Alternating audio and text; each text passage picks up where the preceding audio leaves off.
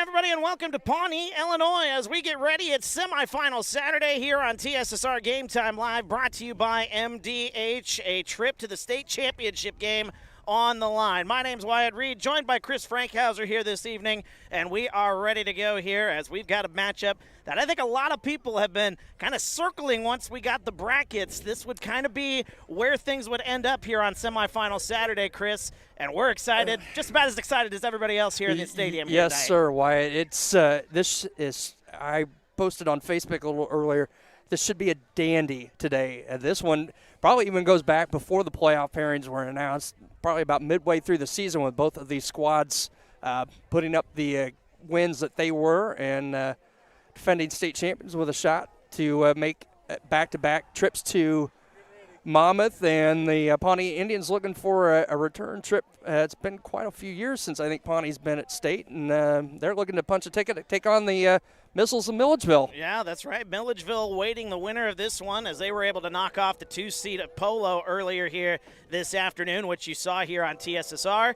And now we get ready for number one Pawnee, 11-0 on the year against the Clippers of Amboy. The only loss for Amboy this year was against a very good Ridgewood team, but that was very early in the year. This is a completely different team. Now, they are battle-tested, Amboy, as they are coming in as the defending state champion. They're getting everybody's best shot, and that's kind of been the way it's been here in the playoffs. Yeah, they have a good Milledgeville team that they beat, like a close game in the first half. And Amboy coming out and shutting down the Blue Streaks in the second half to get the win to get here to the semifinals. Well, we're getting ready here as the coin toss took place earlier here. Pawnee's going to get the ball here, and boy, there's a one-man wrecking crew on the Indian side. They're 11-0 for a reason.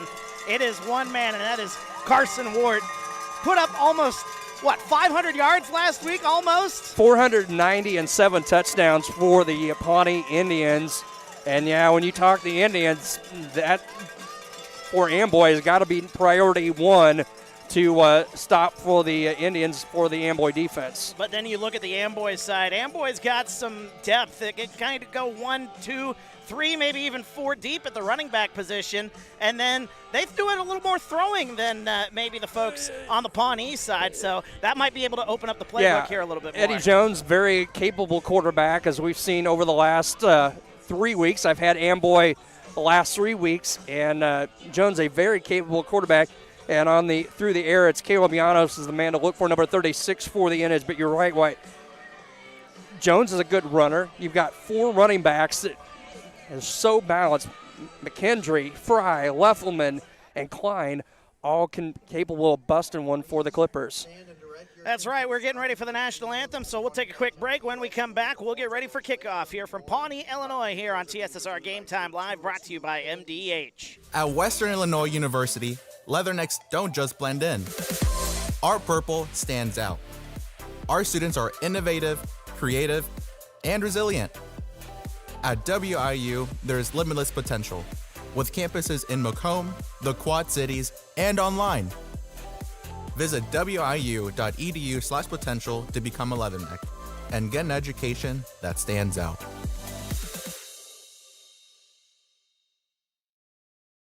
It was the community that really drew me back to Macomb.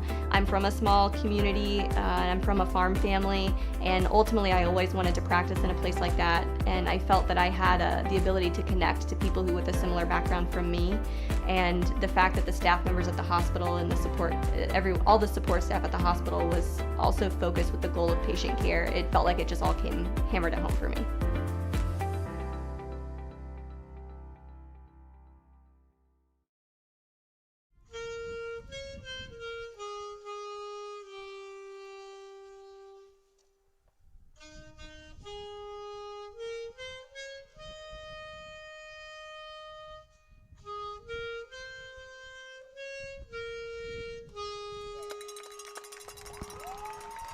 And welcome back to TSSR Game Time Live, brought to you by MDH. Wyatt Reed, Chris Frankhauser on the call here. Semifinal Saturday here. We're about ready for kickoff here. National Anthem just wrapped up there. Wonderful job, as always, here at Pawnee High School. And now we're about less than 3 minutes away here from seeing these two powerhouses when it comes to 8-man football take the field here And as we mentioned, we get to see the one-man wrecking crew, Carson Wart, take the field here as Pawnee will get the ball here after the opening kickoff. What are you looking for here in the early going there, Chris, as these two teams get ready to settle in here with a trip to state on the line? Well, for the offense of Pawnee, can Mr. Wart build off of that game last week? Can he continue the hot streak that he had last week? Field conditions a lot different here than last week. Dwayne and company down here played in the St. Anne game, played pretty much in a steady rain, and that got progressively harder and harder as the game went on. And if you're Amboy on offense, you've got the wind here in the first quarter. We might see the Clippers air it out a little bit more. And like I said, with Llanos and Jones, that's been a pretty good connection through the regular season and in the playoffs. Those two have connected for 9 touchdowns on the season through the air for the Clippers. Clippers will be wearing their road whites with the black pants, those red helmets there. Those are sharp. On the other side, Pawnee, their home reds with blue numbers, white trim, and the white helmets here this evening as you look at your screen. Got a lot of people already in the comments. Feel free to get into the comments here tonight. A couple of Clippers fans. Kim cheering from Oakland, California. We've got JLDFG from Florida watching. And, we've got a lot of folks filing in here, and it's good to have you along here. Sarah saying let's go Clippers, as well as the folks continue to file in here. A trip to state, a trip to Monmouth, and a date with Milledgeville awaits one of these two teams as we get ready to go. Teeing it up here is Amboy, kicking it right to left into that stiff breeze. I mean, it is blowing really good here, Chris. That could be a factor here today. It could be. Rylan McNish, a 6'1 junior, number 5. Nope, that's going to be Leffelman. Leffelman, he can do it all as he boots that one deep. Return 15, he's to the 20, outside trying to look for some blocks. He's got some blocks past the 35-yard line. Shoved out of bounds near the 35. That's where they're going to do it. That is number 3, Dakota Coyne, returning at 5'8" and 160 pounds for the Indians. Moving left to right on your screen here. Good to have everybody filing in here. We'll try to keep up as best we can. A lot of comments flying in here, though. Ward from Bloomington Normal. Travis rooting for the Clippers. Also, Kirsten, a lot of Clippers fans here in the comments. It's a long drive, so I can understand if Amboy didn't make the drive here. Moving left to right, though, in the shotgun. Starting quarterback Ward hands it off to Wart as he bumps it outside, looking for a hole. And he gets maybe 2 yards on that play. Mr. Leffelman, 21 on the stop for the Clippers after a gain of a couple. 2-yard gain to the right side. And that's going to be the key here. How many of those short gains are you going to be able to hold Wart to? Because he's going to get his yards. He's going to get his touchdowns. When are you going to get a stop here? But this is one of the better defenses that Ward has faced all season long here. Absolutely. 2 wide receivers splitting out to the left, 2 to the right. They split it all the way out here. Caden Ward in the shotgun with those 4 wide receivers. Moving a man in motion, that's Wart. They fake the handoff. They're going to throw it over the middle. He's got a man wide open past the 45-yard line. That's a first down. Lucas Size with that one. A big play. And airing it out here early are the Indians. Well, they don't throw it much, but they come out a swinging here in the first quarter. And a big first down right at the 50-yard line for the Indians. Gain of 13 on that one right at midfield. They're moving here as we're just under our first minute in. 2 wide receivers left, 1 to the right. Wart in the backfield. Moving a man in motion. Here's the snap. They hand it off to Wart. Running his way up the middle. He is met. They pitch it back to the quarterback. Wart, he's trying to get to the outside, and he is to the outside. Down the sideline near the sticks. How about that play? A little flea flicker. When you don't have it going, it's probably a dangerous play, but hey, it worked out. Gain of 9 on the play.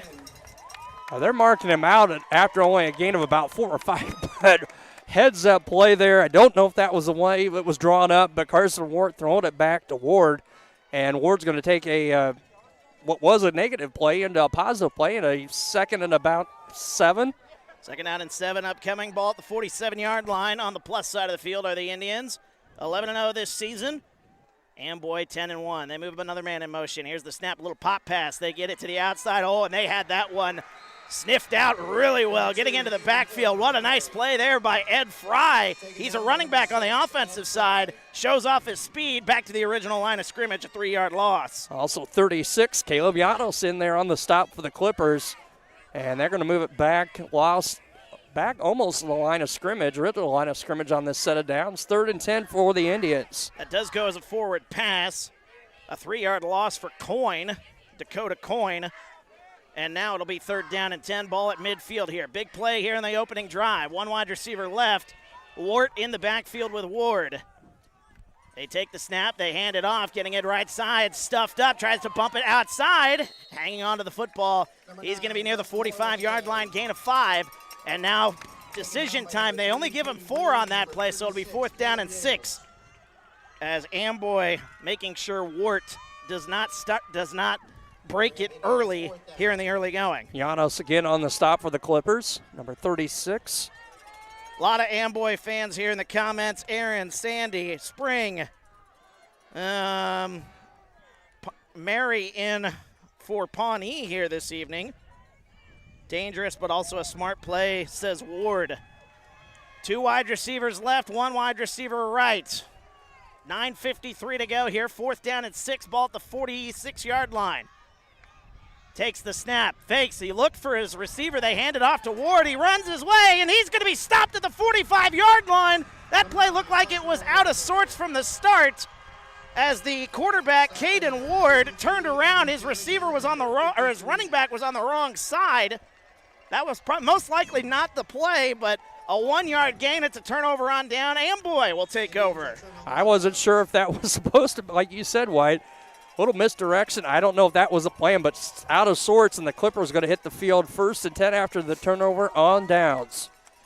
Moving right to left, the Clippers in their road whites. They turn, they hand it off. They get it to McKendry. He runs his way towards the sticks. A big gain there on 1st down, a gain of 10. And as we talked about in the pregame here, Chris, they've got 4 or 5 guys that they can go to running the ball here, and that's going to be a 1st down, gain of 10.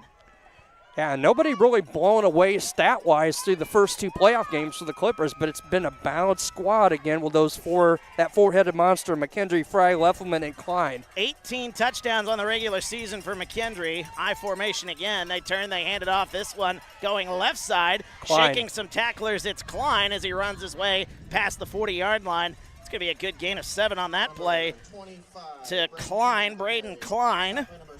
7-yard gain. It'll be 2nd down and 3 upcoming. Caden Anderson, 16, the junior for the Indians on the stop. Austin, let's go Pawnee. Grandma and Grandpa watching from Biloxi, Mississippi. Go Indians.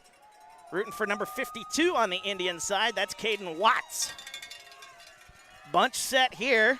8:55 to go. A penalty flag comes in. Might have been a little bit of movement here. And that'll push him back here as the Shadows taking over the field here. Oh, and they say it's actually on Pawnee. They lined up offside, and that'll be a free 1st down. 5-yard penalty for Pawnee. So things not going ideally for the number 1 team here in the state. 11-0 Indians. As a penalty gives them a 1st down here. Ball at the 38-yard line. Here's the snap. They fake. They give it to one running back. Running it up the middle there. That is Fry. Fake the handoff to Leffelman. Fry gonna get it. There's a 6-yard gain for Fry. That'll be his first carry of this ball game. 72, Carter Webb, the junior, 6'4" on the stop for the Indians. 8:22 to go here. Another bunch set here.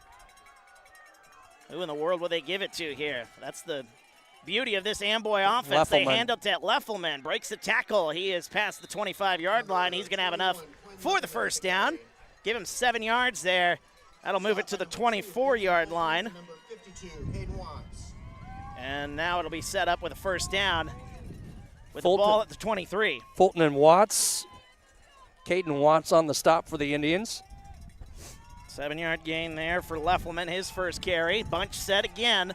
Going to see this a lot from this Amboy team. They move a man in motion. Fake the pitch, looking to throw. Throws it over the middle of the field into double coverage. That one in and out of the hands.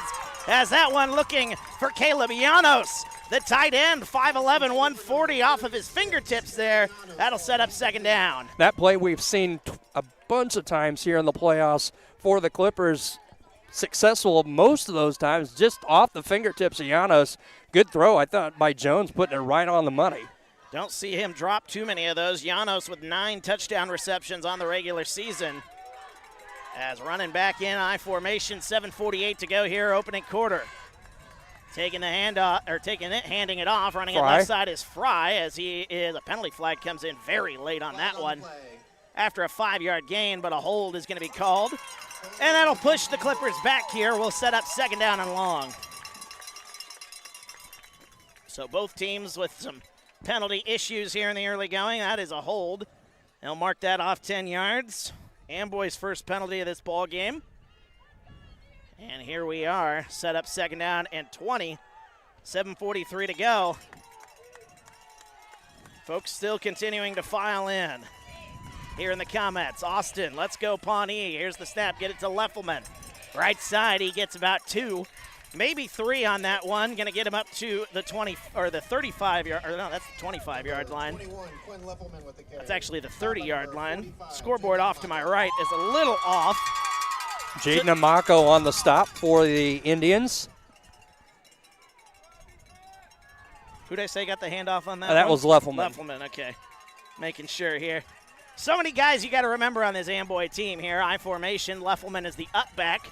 Number 25, Braden Klein, is the back. They're going to throw it again. They're going to dump that one off right side. That one a one-handed catch inside the 10, near the 5. Is he in? Touchdown. Touchdown, Clippers! Rylan McNish, number 5, on the reception for Amboy.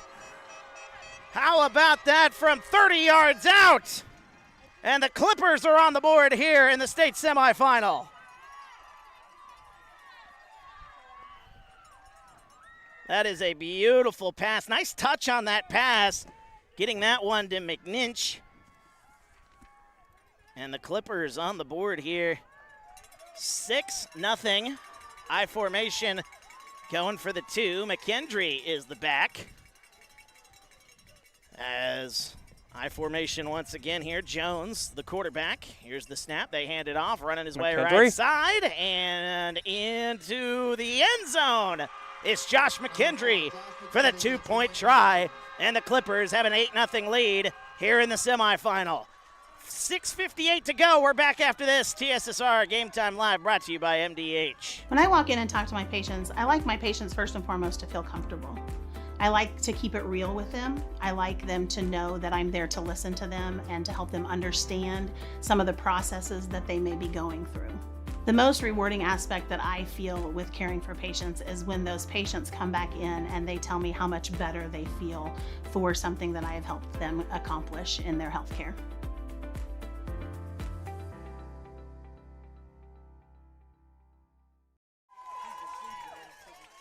And welcome back, TSSR Game Time Live, brought to you by MDH. Amboy, the defending state champion, out in front 8-0 after a beautiful touchdown.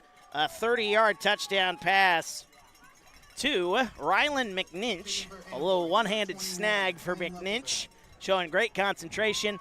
As you and I were talking, though, during the commercial break there, that was methodical. Yes. That's how Amboy wanted to do it here. They got to stop on defense. They ran down, scored a touchdown. Now they're coming back out defensively here, and we'll see what the Clippers can do here in this semifinal as Leffelman boots that one right side. That's going to go way out of bounds. It's almost to the track on the far side. A lot of reactions to that touchdown there. Sarah happy. Kim saying, way to go, Clippers. Mike, great effort on the score. Stacy, babysitting the grandkids, watching from Pawnee. Let's go, Indians. Aunt and uncles, cousins checking in from Oxford, Massachusetts. Caden Watts, his family. That's Bob in the comments. We got a lot of folks filing in here. We appreciate you guys watching here. A trip to Monmouth, Milledgeville, awaiting the winner of this one as Milledgeville pulled off the upset earlier today as they beat Polo. So this is going to be interesting to see who makes that long trip. It'll be a long trip for either one. Who will make that trip to Monmouth next week in the state championship game, though. 6:57 to go here. As back out onto the field here are the Indians. Here's the snap. Ward fakes the handoff, looks to throw. He slips. There's those field conditions. Throws that one left side. And that was broken up by the turf monster almost on that one.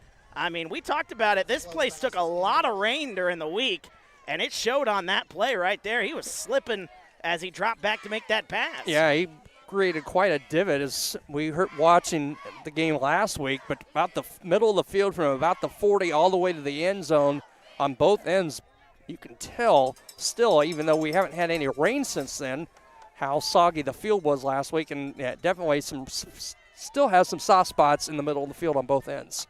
Two wide receivers, one on each side for Ward. They move a man in motion. Here's the snap. They fake. They give it to Wart. He runs, and he is met in the backfield. What a play. Getting back into the backfield. Caleb Giannis blowing that play up as he gets into the backfield. That is a 4-yard loss. And Wart having all sorts of troubles getting going here in the early going. Klein with the big hit there. I think Giannis was the first there, and then 25 for the Clippers in on the big hit, a loss of 3 on the play. So now third and they give it 4, actually. 3rd and 14. Ball at the 32-yard line. Need to get to the 45 as the Indians trailing 8-0 here in the early going. Two wide receivers on the left side. Ward in the shotgun. Wart back there with him.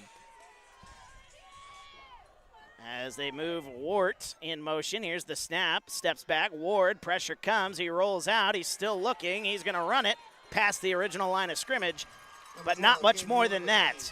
Maybe a gain of 6 on that play. Second carry of the ball game for Camden Ward. And now it'll be 4th down. They only give him back to the line of scrimmage, so that's actually a 4-yard gain. And now it'll be 4th down and long, and likely a punting situation into this stiff wind moving right to left. Breeze pretty stiff, as you said, Wyatt, out of the south now. Probably blowing steady 10 to 15 miles an hour more. Looks like they're going to go for it. They're going to bring the offense out maybe because of that. This might be a drop kick here quickly for Ward. And, they tried to draw him offside, and they did. How about that? Yeah. It looked like Ward was going to drop back and do the punting formation. Which I think that was the intention, but that sure screwed up things up front for the Clipper defense.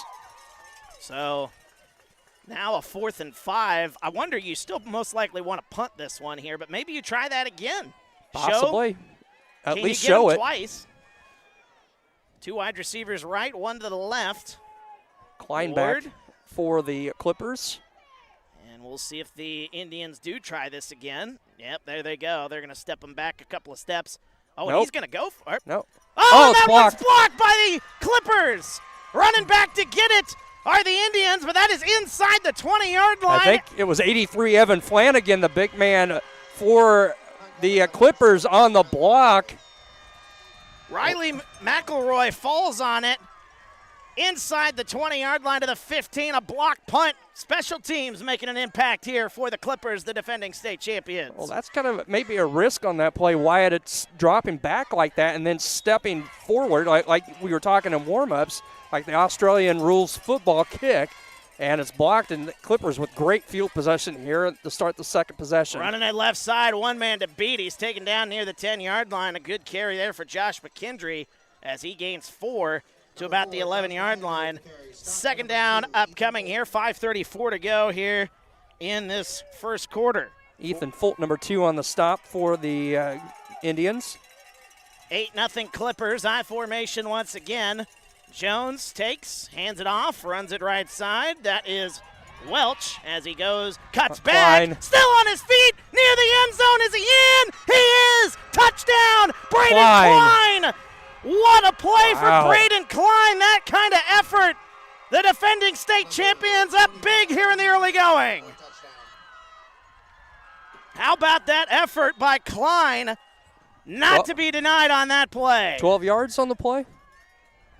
I think the scoreboard had it as at 12, so that's what we'll go with. And we'll go with that then. 14-0. Here's a bunch set here. As the 2-point try, they hand it off to Leffelman. Runs his way into the end zone, and he is in. 2-point conversion is good. They're 2 for 2 in that department. And they lead this thing 16-0. We're back after this. TSSR Game Time Live brought to you by MDH. At Western Illinois University, leathernecks don't just blend in. Our purple stands out. Our students are innovative, creative, and resilient. At WIU, there's limitless potential, with campuses in Macomb, the Quad Cities, and online.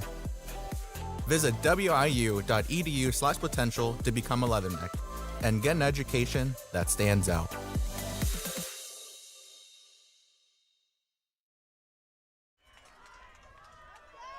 Back to receive for the Indians, number 3. Welcome back, TSSR Game Time Live, brought to you by MDH. This game brought to you by some of our great sponsors. One of those sponsors, First National Bank in Amboy. They support the Amboy Clippers. They also help area communities with their financial needs. Find them at fnbamboy.com. Member FDIC and an equal housing lender. 12-yard touchdown run by Braden Klein. And how about this here, Chris? Early on, the Clippers flexing their muscles. Shocking start to this game. But the Indians, they were down against Metro East a few weeks back before they turned it on. But they got to turn it on here. This is a different animal here. What a kick. Rylan that is going to go McNish into the end zone. That's going to be a touchback. And that is going to be a touchback, and the Indians will take over. Moving left to right here. Still got 5:14 to go here in the first quarter, and we did not expect this. We expected offense, don't get me wrong, but we did not expect this kind of a flex here in the early going here by the defending state champions. They're proving why. They're battle-tested. They've been here before. Not to say that Pawnee hasn't been here before, but this is shocking here in the early going. Yeah, I expected a high-scoring contest, but been one-sided thus far early in the contest. 2 wide receivers left as Ward takes it, pitches it to Wart. He's trying to get to the outside, and he is going to get past the 25 maybe. They're going to give him the 25-yard line. That is the longest carry of the ball game here for Carson Wart. Flanagan, Klein, and Llanos on the stop. Which is saying something right for Carson Wart. The fact he's only got a 5-yard carry. His first carry a couple weeks ago against Metro East, he went straight down the field. He had 279 yards on 12 carries against Metro East. Had almost 500 yards rushing last week in the state quarterfinal. 4:38 to go here. 1 wide receiver left. Here's the handoff. They get it to Wart again, but he is stuffed in front. Boy, that defensive line is getting a really good push. They are. For the Clippers. They got some big bodies on there. Maybe a 1-yard gain for Wart, but that is it. That's going to set up 3rd down and maybe 4. 52, Dylan Merriman, and 83, Evan Flanagan again on the stop after a gain. We're going to give him about 2 on the play. I gave him 1. They're All right, set we'll up go with 1. 3rd down and 4-ish. So 3rd and 5 from the 25. It's a big 3rd down here for the Indians in this one. Having a tough time stopping this Amboy offense. 2 wide receivers left, 1 wide receiver to the right. Ward in the backfield. They move Wart in motion. Here's the snap. They're going to pitch this one to him, and they had it originally eaten up. Ball out. And the ball might be out. Who's got it? Like I say, he's down on by contact. Yep. Okay, so he is down. That's a 2, maybe a 3-yard gain for Wart. Give him 3 on the reception. And now that'll set up a 4th down here for the Indians. 3:40 to go. Josh Talley, the head coach for the Indians. You kind of wonder in this kind of situation, when is he going to take those risks? You don't take the risk on this drive here inside the 30, but that starts to creep into your mind here if you're an Indians fan watching this one. As they had some issues blocking on the punt last time. And now here's the snap. They're going to go for it here. They hand it off to Ward. He runs his way up the middle, and he's going to have it. Wow, how about that gamble? On 4th down and 3, inside your 30-yard line. He gets the 3 that he needed, and that's a 1st down for the Indians. I don't know if I have the stones to make that kind of call here in this one. I don't know if I do either way. That was pretty gutsy there. But you got maybe look at it this way. You shift some momentum here in this first quarter. I mean, Amboy's come out right down the field, block a kick, score again, and change some momentum maybe in the favor of the Indians. 2 wide receivers left, 1 to the right. Here's the snap, looking to throw. Ward is going to dump this one off. Nice catch. Able to go up and get that one, as that is Eric Bettis. That'll be a 5 to 7-yard gain. Get him 7. Nice play to Bettis. His first catch of this ball game. And it'll be 2nd down and 3. 1st down, getting big plays, not necessarily big plays, but getting positive yards on 1st down. So far, it's been tough for the Indians, but that kind of play right there might open up the playbook here a little bit. That's what you want to see, though, on 1st down. Yeah, nice job by Braden Klein for Amboy on the stop. Two wide receivers to the left, none on the right side. 2:10 to go here, first quarter. Ward with Wart in the backfield. Here's the snap. Hands it off to Wart, runs his way right side. He's got a hole. Oh, he almost had it. Somebody who got the jersey on the back, Merriman, 52. Up to the 32-yard line. That'll be a 5-yard gain for Ward. Already his 8th carry of this ball game. And that'll put it at the 33, give him a gain of 6. Wart this close to busting that one for a big gain for the Pawnee Indians. The Indians moving left to right here. Longest drive here this ball game so far. One wide receiver left, one wide receiver to the right. Wart in the backfield with Ward.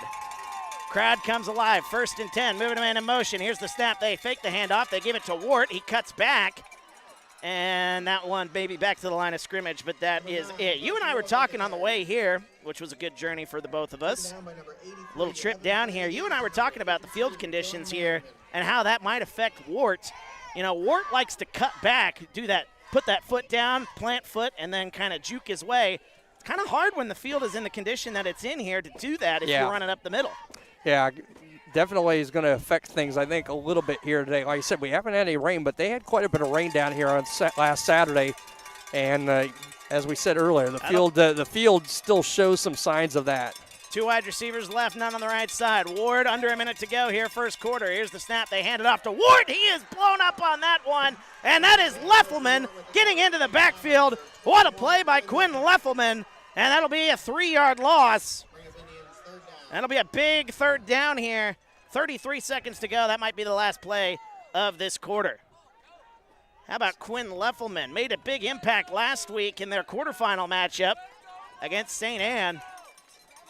And now he's in the backfield stopping one of the best, if not the best, running back in the state of Illinois here in 8-man football. Yeah, Quinn Leffelman, several on this Amboy squad could do it from both sides of football. Good offensive players and very good on the defensive side of the ball.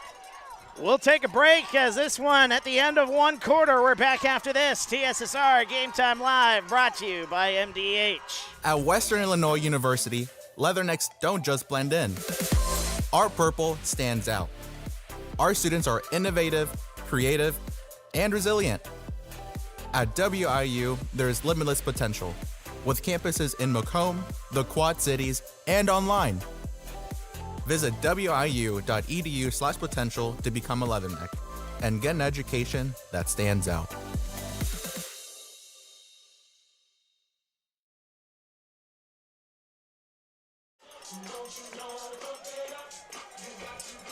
And welcome back, TSSR Game Time Live, brought to you by MDH. Wyatt Reed on the call.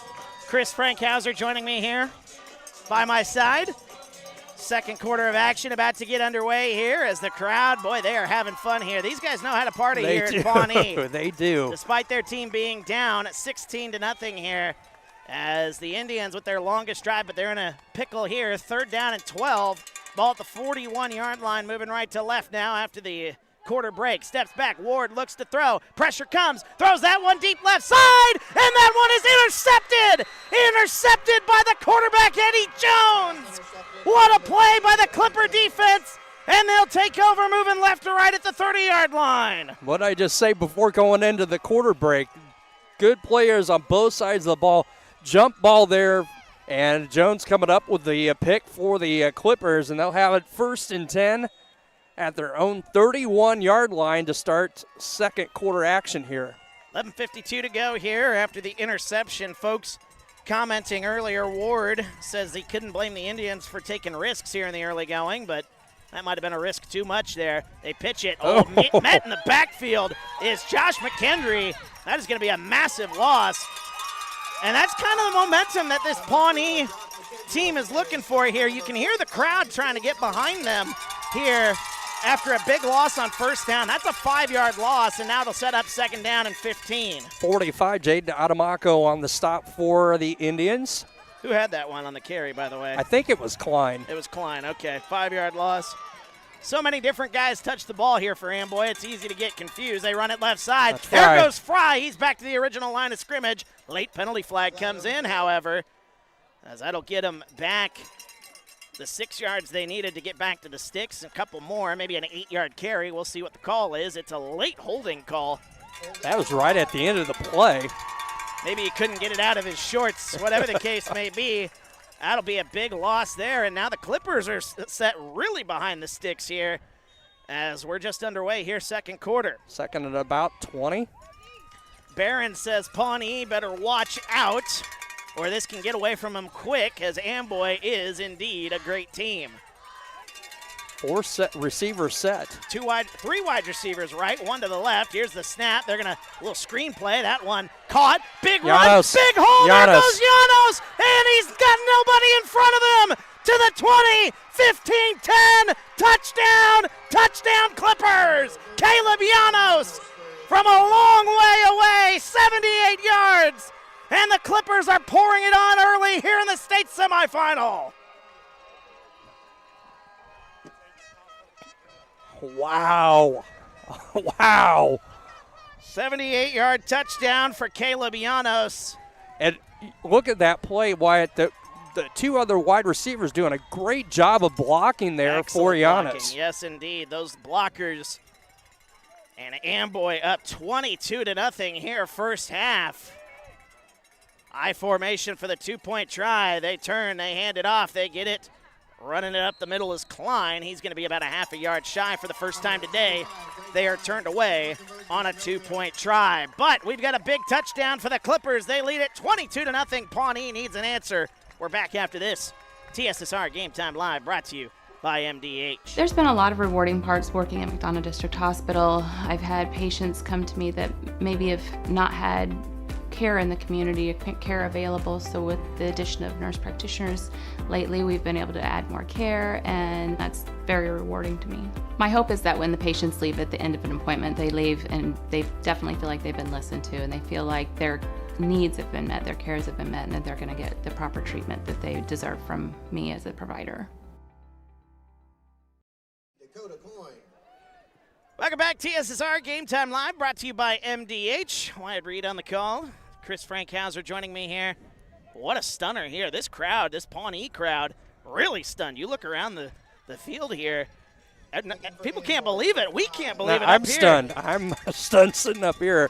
Number 2, Dakota Coyne back for the Indians to receive. Looks like number 5, Rylan McNitch in to kick it. 78-yard touchdown pass from Eddie Jones on a screen play to Caleb Llanos. And here's the boot. That one into the wind, and that one, that one's going to end in no man's land as Pawnee's able to pick it up and run out of bounds. That one almost became disaster as that one near the 24-yard line. Number 7, Eric Bettis, gets on the football for the Indians. NUIC football says, well, this one looks fun. We still got a long way to go, man, and we got a high-powered offense on this Indian side. This one not over yet, but you feel like this is a do-or-die drive here for the Indians here. You definitely need some momentum, so we want to thank the folks from NUIC football for some stats prior to the game. We really appreciate that, guys, for that those numbers. 2 wide receivers left, none on the right side. Wart in the backfield with Ward. 10:45 to go here first half.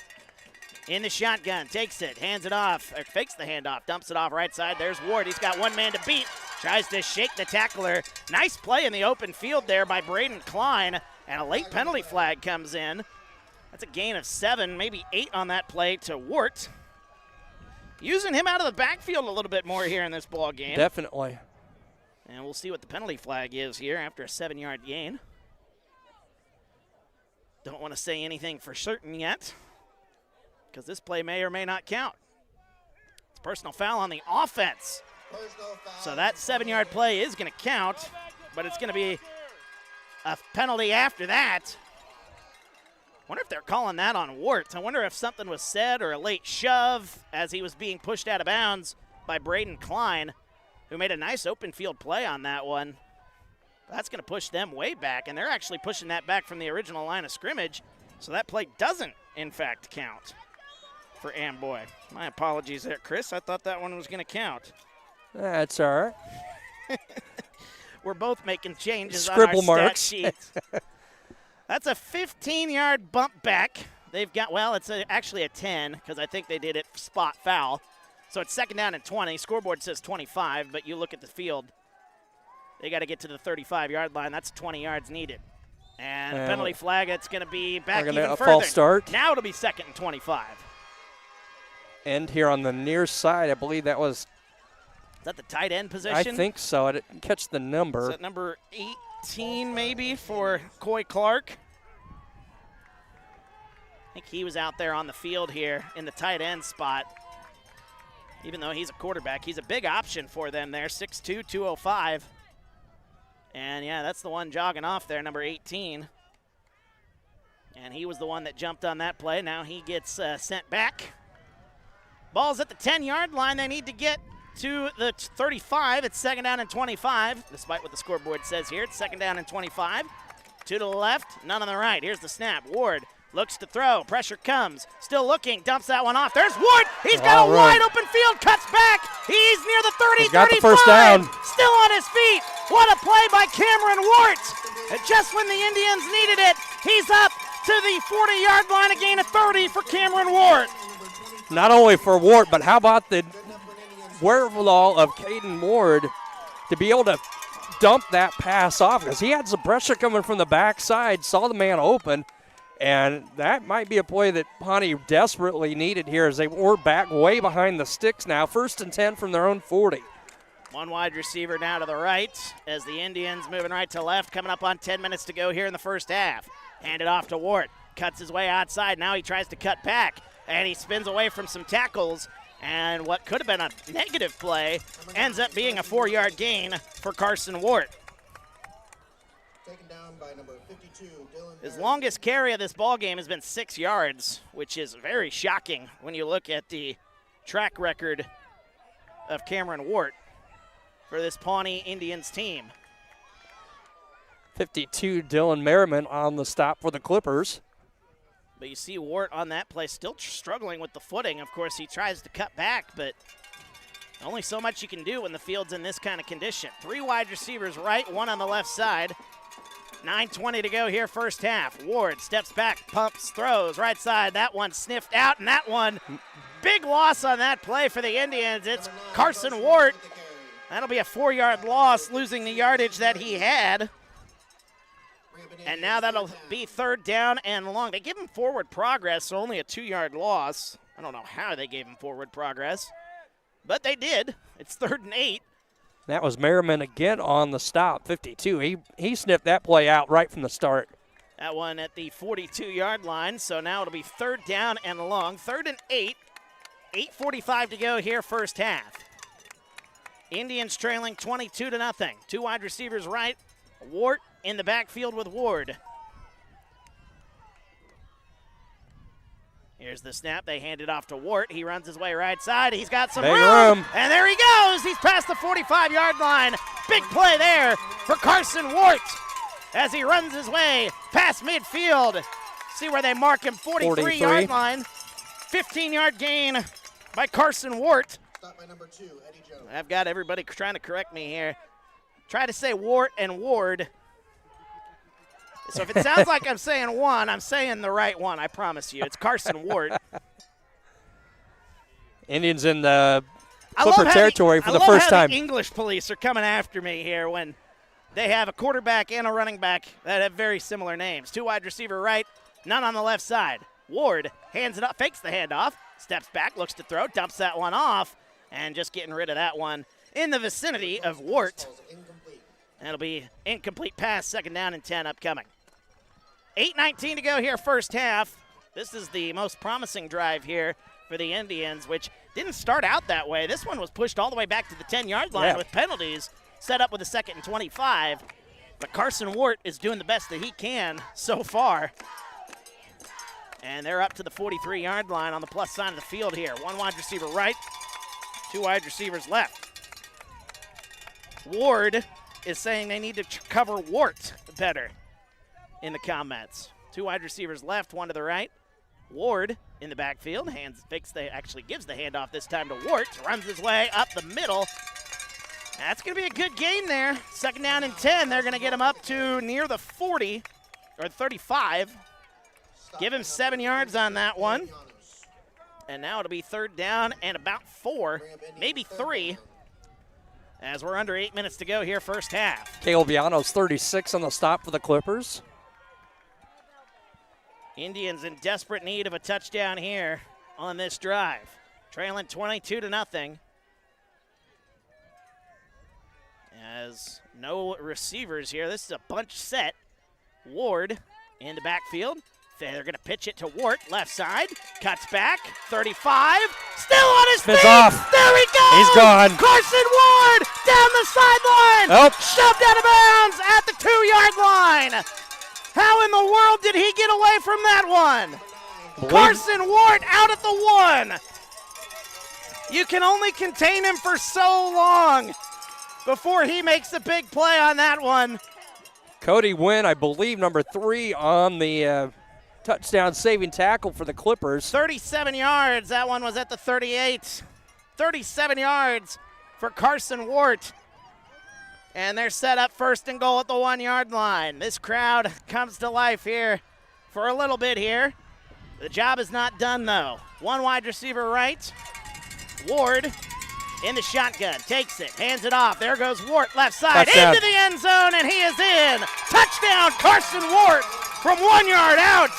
And the Indians are right back in it, thanks in large part to their superstar, Carson Ward.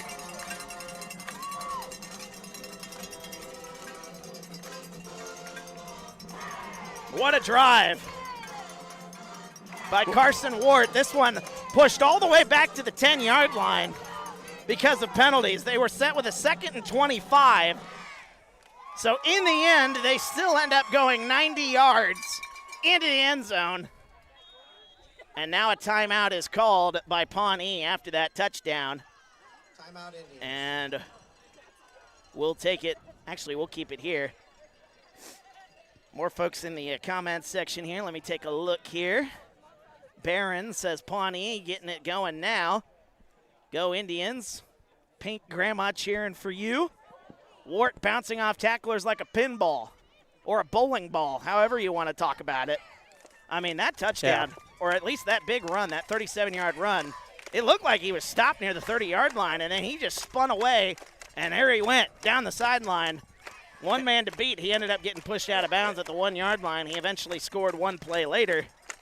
But, man, that is one tough kid to stop here. You can only contain him for so long, you feel like. Exactly. And, you know, watching some of the Pawnee games that we've done over the course of the year, that not surprising. It looks like he's going to go down on several occasions in the past, and next thing you know, you got 20 or 30 more yards after the contact there. A big score. We talked about momentum there, Wyatt. That was a huge, huge score for the Indians to get some momentum swing because it's been all Amboy up to this point. 2-point try here for the Indians as they get it to Wart. He cuts back. Nice play into the end zone. There's Carson Wart.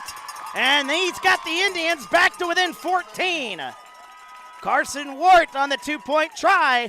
And the Indians trail 22-8. We're back after this. TSSR Game Time Live brought to you by MDH. At Western Illinois University, Leathernecks don't just blend in. Our purple stands out. Our students are innovative, creative, and resilient. At WIU, there's limitless potential, with campuses in Macomb, the Quad Cities, and online. Visit wiu.edu/potential to become a Leatherneck and get an education that stands out.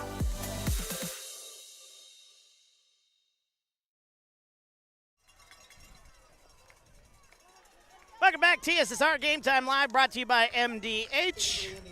Wyatt Reed, Chris Frankhauser on the call here. State semifinal here. 8-man football. State of Illinois.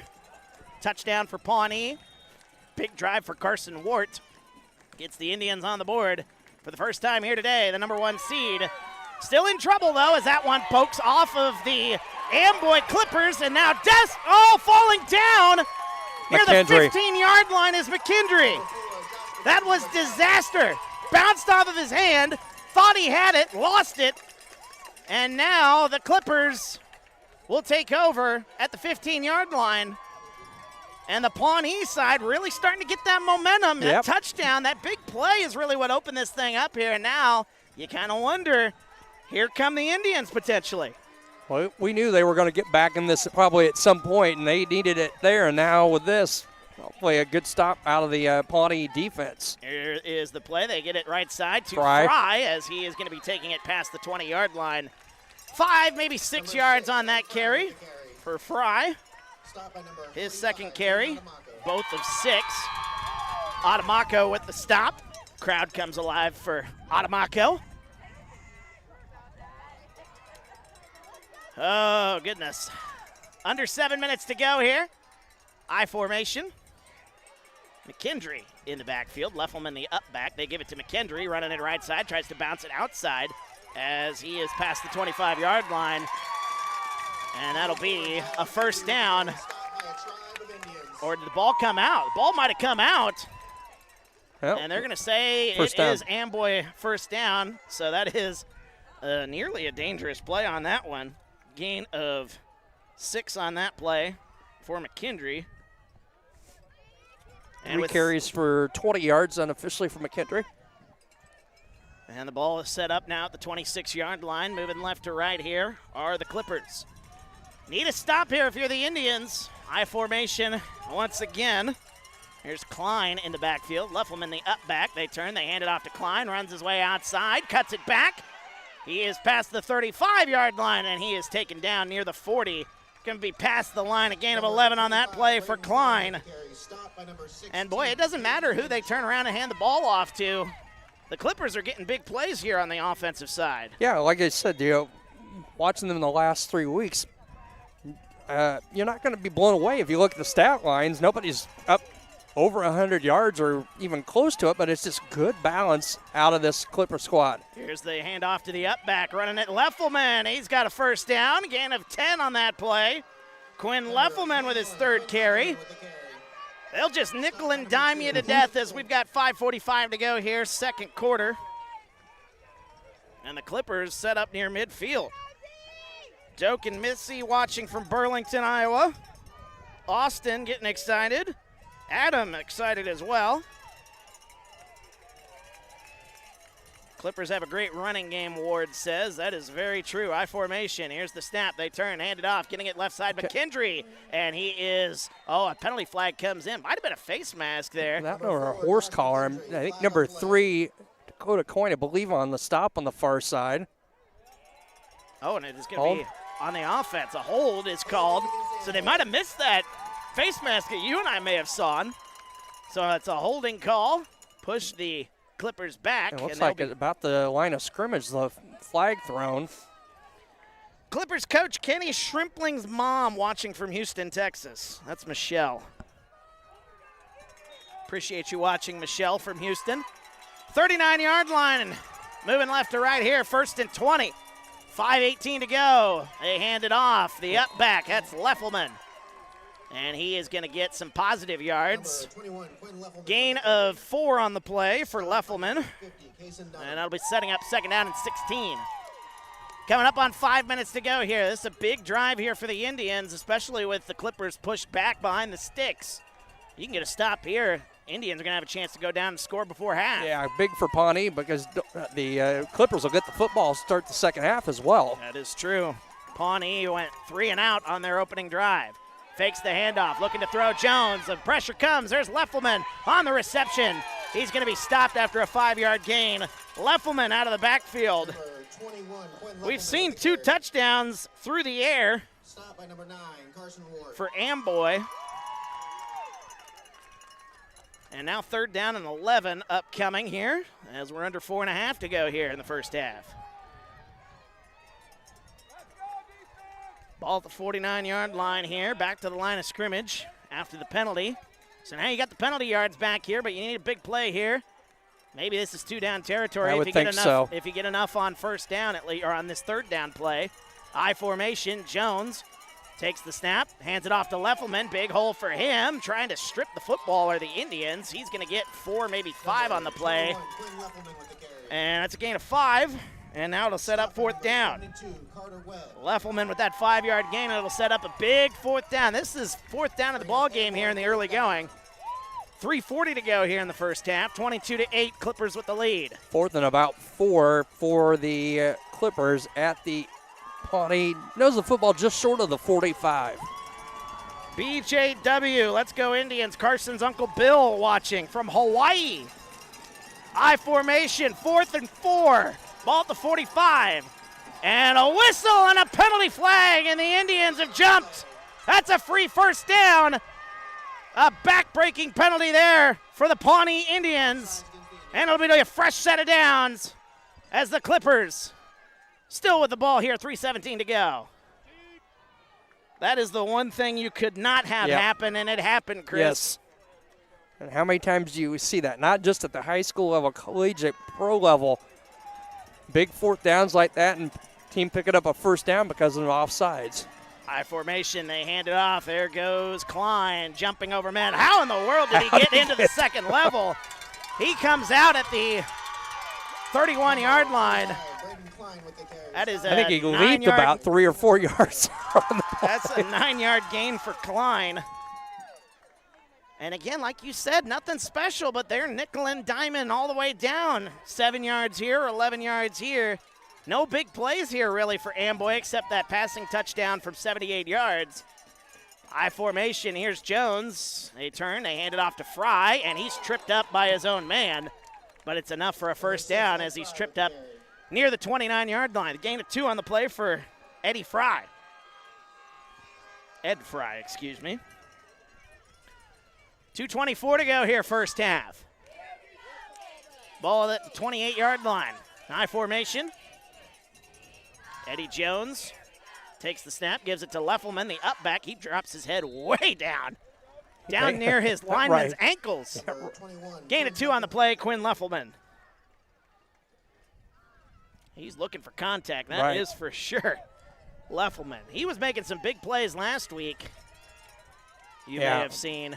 He was flying all over the field. Yes, he was. Both on the offense and the defensive side. 225 pounds, 5'10", for, or 210, or 225, 5'10". Running his way, this Klein, he shakes the tackle, still on his feet, inside the 20-yard line. What a run there by Klein, gain of 9 on that play. And Klein has got another first down. 1:42 to go here, first half. And the Indians just can't get a stop right here as they're down to the 16-yard line. Minute and a half to go here, first half. Amboy gets the ball back at the half, by the way. I formation, Eddie Jones takes it. Fry in the backfield. They turn, they hand it off to Fry. Running his way right side, trying to get to the corner. He's near the 10-yard line. He's bumped out of bounds after a big gain there on first down.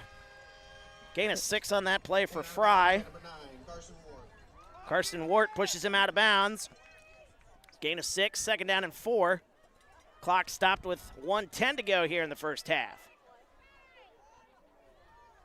Big plays on first down have been the key here for the Clippers here. 6 yards here, 5 yards here. When you're set up with second down and short, that's a big key, and that's what Amboy's done all game long, Chris. Yeah, absolutely. Any offense in the world is going to take that 5, 6, 7, 8 yards per carry on first down. I formation. Here's the snap. They hand it off. Running it. McKendry bumps his way to the outside. Running for the pylon. He's in. Touchdown. Josh McKendry from 10 yards out. And the Clippers are back on the board. They lead it 28-8 with 1:04 to go here in the first half. How about that effort from Josh McKendry there on 2nd and 4? A 10-yard touchdown run.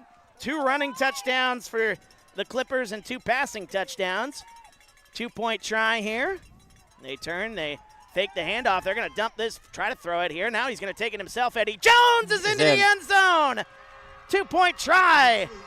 Eddie Jones is in. And the Clippers are up big here as we're getting ready to close out the first half. 30-8 our score. We're back after this. TSSR Game Time Live, brought to you by MDH. Minimally invasive surgery offers a variety of benefits to the patient. We're now able to offer patients a variety of operations with small incisions rather than big open incisions. The surgeries that we can do now, minimally invasive, include bariatrics, hernia repair, colorectal surgeries, faster recovery, smaller incisions, faster time back to work.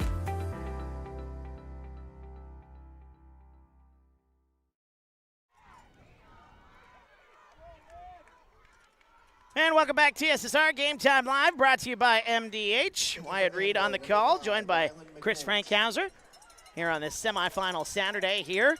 A stunner here in our second game of the day here on TSSR. After Milledgeville, a stunner there, so maybe we should have expected a stunner, but I don't think either one of us looking at this matchup saw something like this here in the first half.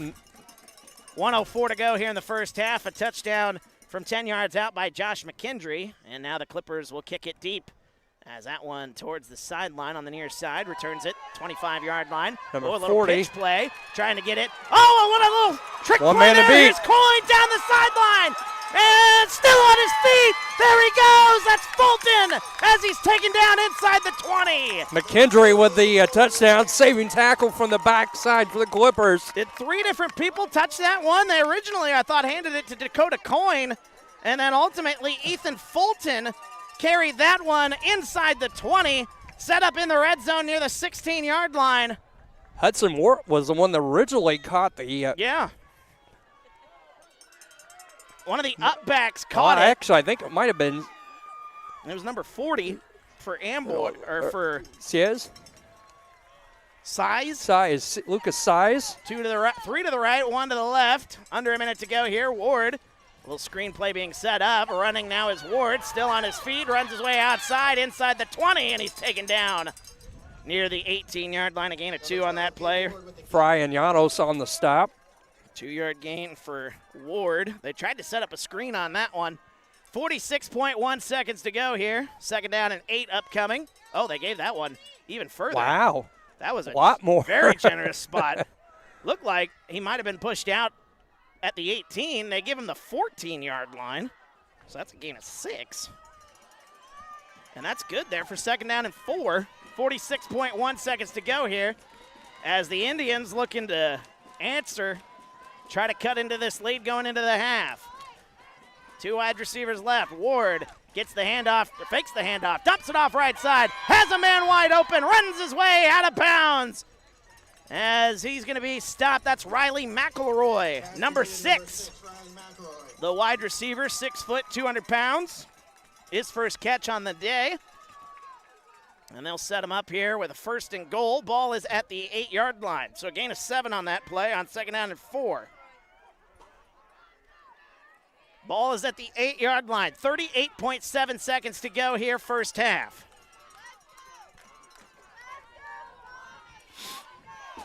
Two wide receivers splitting out to the left side for the Indians, none on the right side. Ward in the backfield with Wart. Got to imagine he's going to be getting the ball on this one. Here's the low snap. Penalty flag comes in, and still on his feet inside the 5-yard line, but a penalty flag, we'll see what this one is.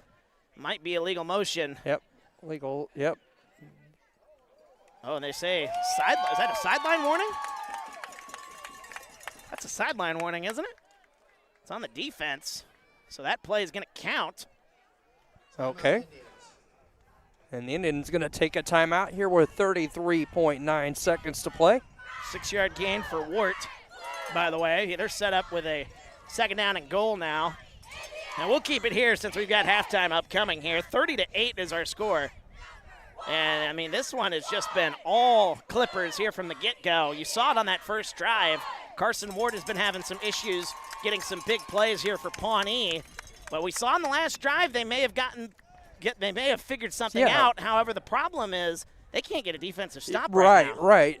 You know, they would be big here for the Indians if they can get answer back to at least cancel out that last touchdown by Amboy. And as I said earlier, big thing is they need to get a score here because Amboy's going to get the football to start the second half. Indians are down to 1 timeout, by the way. Worth noting here with 33.9 seconds to go here, first half. Ward fakes the handoff, looking to throw. They're going to dump it off. Screen left side, and that one into the end zone. Just a little too far for his intended target. And that'll set up a third down as that one, Riley McElroy, the intended target. Who's that in our comments not happy? Soar is not happy with the officiating here in this one. Allison, keep it up, Clippers. Don't back down, she says. Third down and goal at the 2-yard line. 29.9 to go here, first half. One wide receiver right. Ward in the backfield with Wart. Wart gets the handoff, runs his way up the middle. He is stopped short. Maybe a yard for Carson Wart. And now with 24 seconds to go here, it'll be fourth down and 1 yard to go for the Pawnee Indians. Bring up Indians, fourth down. Boy, a timeout called by the Indians. They're last here in the first half. This is do or die, you think, here. You go down 30-8 here in the half. Amboy gets the football. That might be backbreaking here if you're not able to put this one into the end zone. That's what I was saying. They've got to get points here on this drive. If you're an Indian fan, they have to get something out of this this play here on fourth down. And they're out of timeout. So if you get stopped short, you may not be able to get another playoff here at the end of the half. Fourth down and 2. So they did not give him, I think they gave him a half a yard, so it'll be about fourth and a yard and a half. And here come the Indians here out of the timeout. Biggest play of the ball game so far here. State semifinal, a date with Milledgeville for the winner of this one. Shotgun, tight set though. Ward in the backfield with Wart. Low snap, they hand it off. Carson Wart runs his way. He is met in the backfield. He's going to be stopped. A half a yard shy. Evan Flanagan getting into the backfield for the 2-yard loss. How about this Clipper defense? They've been suffocating Carson Wart here in this ball game. Outside of the one play for 30 yards, we haven't seen much from him in this one. And he is turned away on fourth down and goal at the 2-yard line. The sophomore, Evan Flanagan, I believe, on the stop, number 83. Again, we've called his name a whole bunch here in the first half for the Clippers. That's a pretty good sophomore you got right there. 19 seconds. Now, you don't want to end up giving it a safety, so there is a few yards. But the knee down as that'll end our first half. What a first half for the Clippers. The defending state champions from Amboy making the trip down here to Pawnee. And they lead this thing 30-8, 2 quarters away from a return trip to Monmouth and a date with Milledgeville.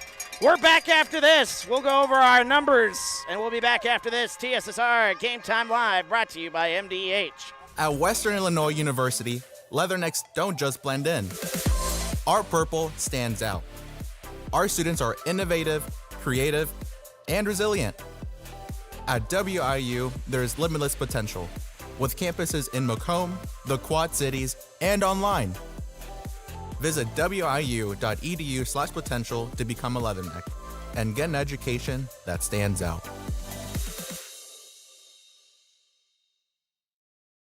There's been a lot of rewarding parts working at McDonough District Hospital. I've had patients come to me that maybe have not had care in the community, care available. So with the addition of nurse practitioners lately, we've been able to add more care, and that's very rewarding to me. My hope is that when the patients leave at the end of an appointment, they leave and they definitely feel like they've been listened to, and they feel like their needs have been met, their cares have been met, and that they're going to get the proper treatment that they deserve from me as a provider.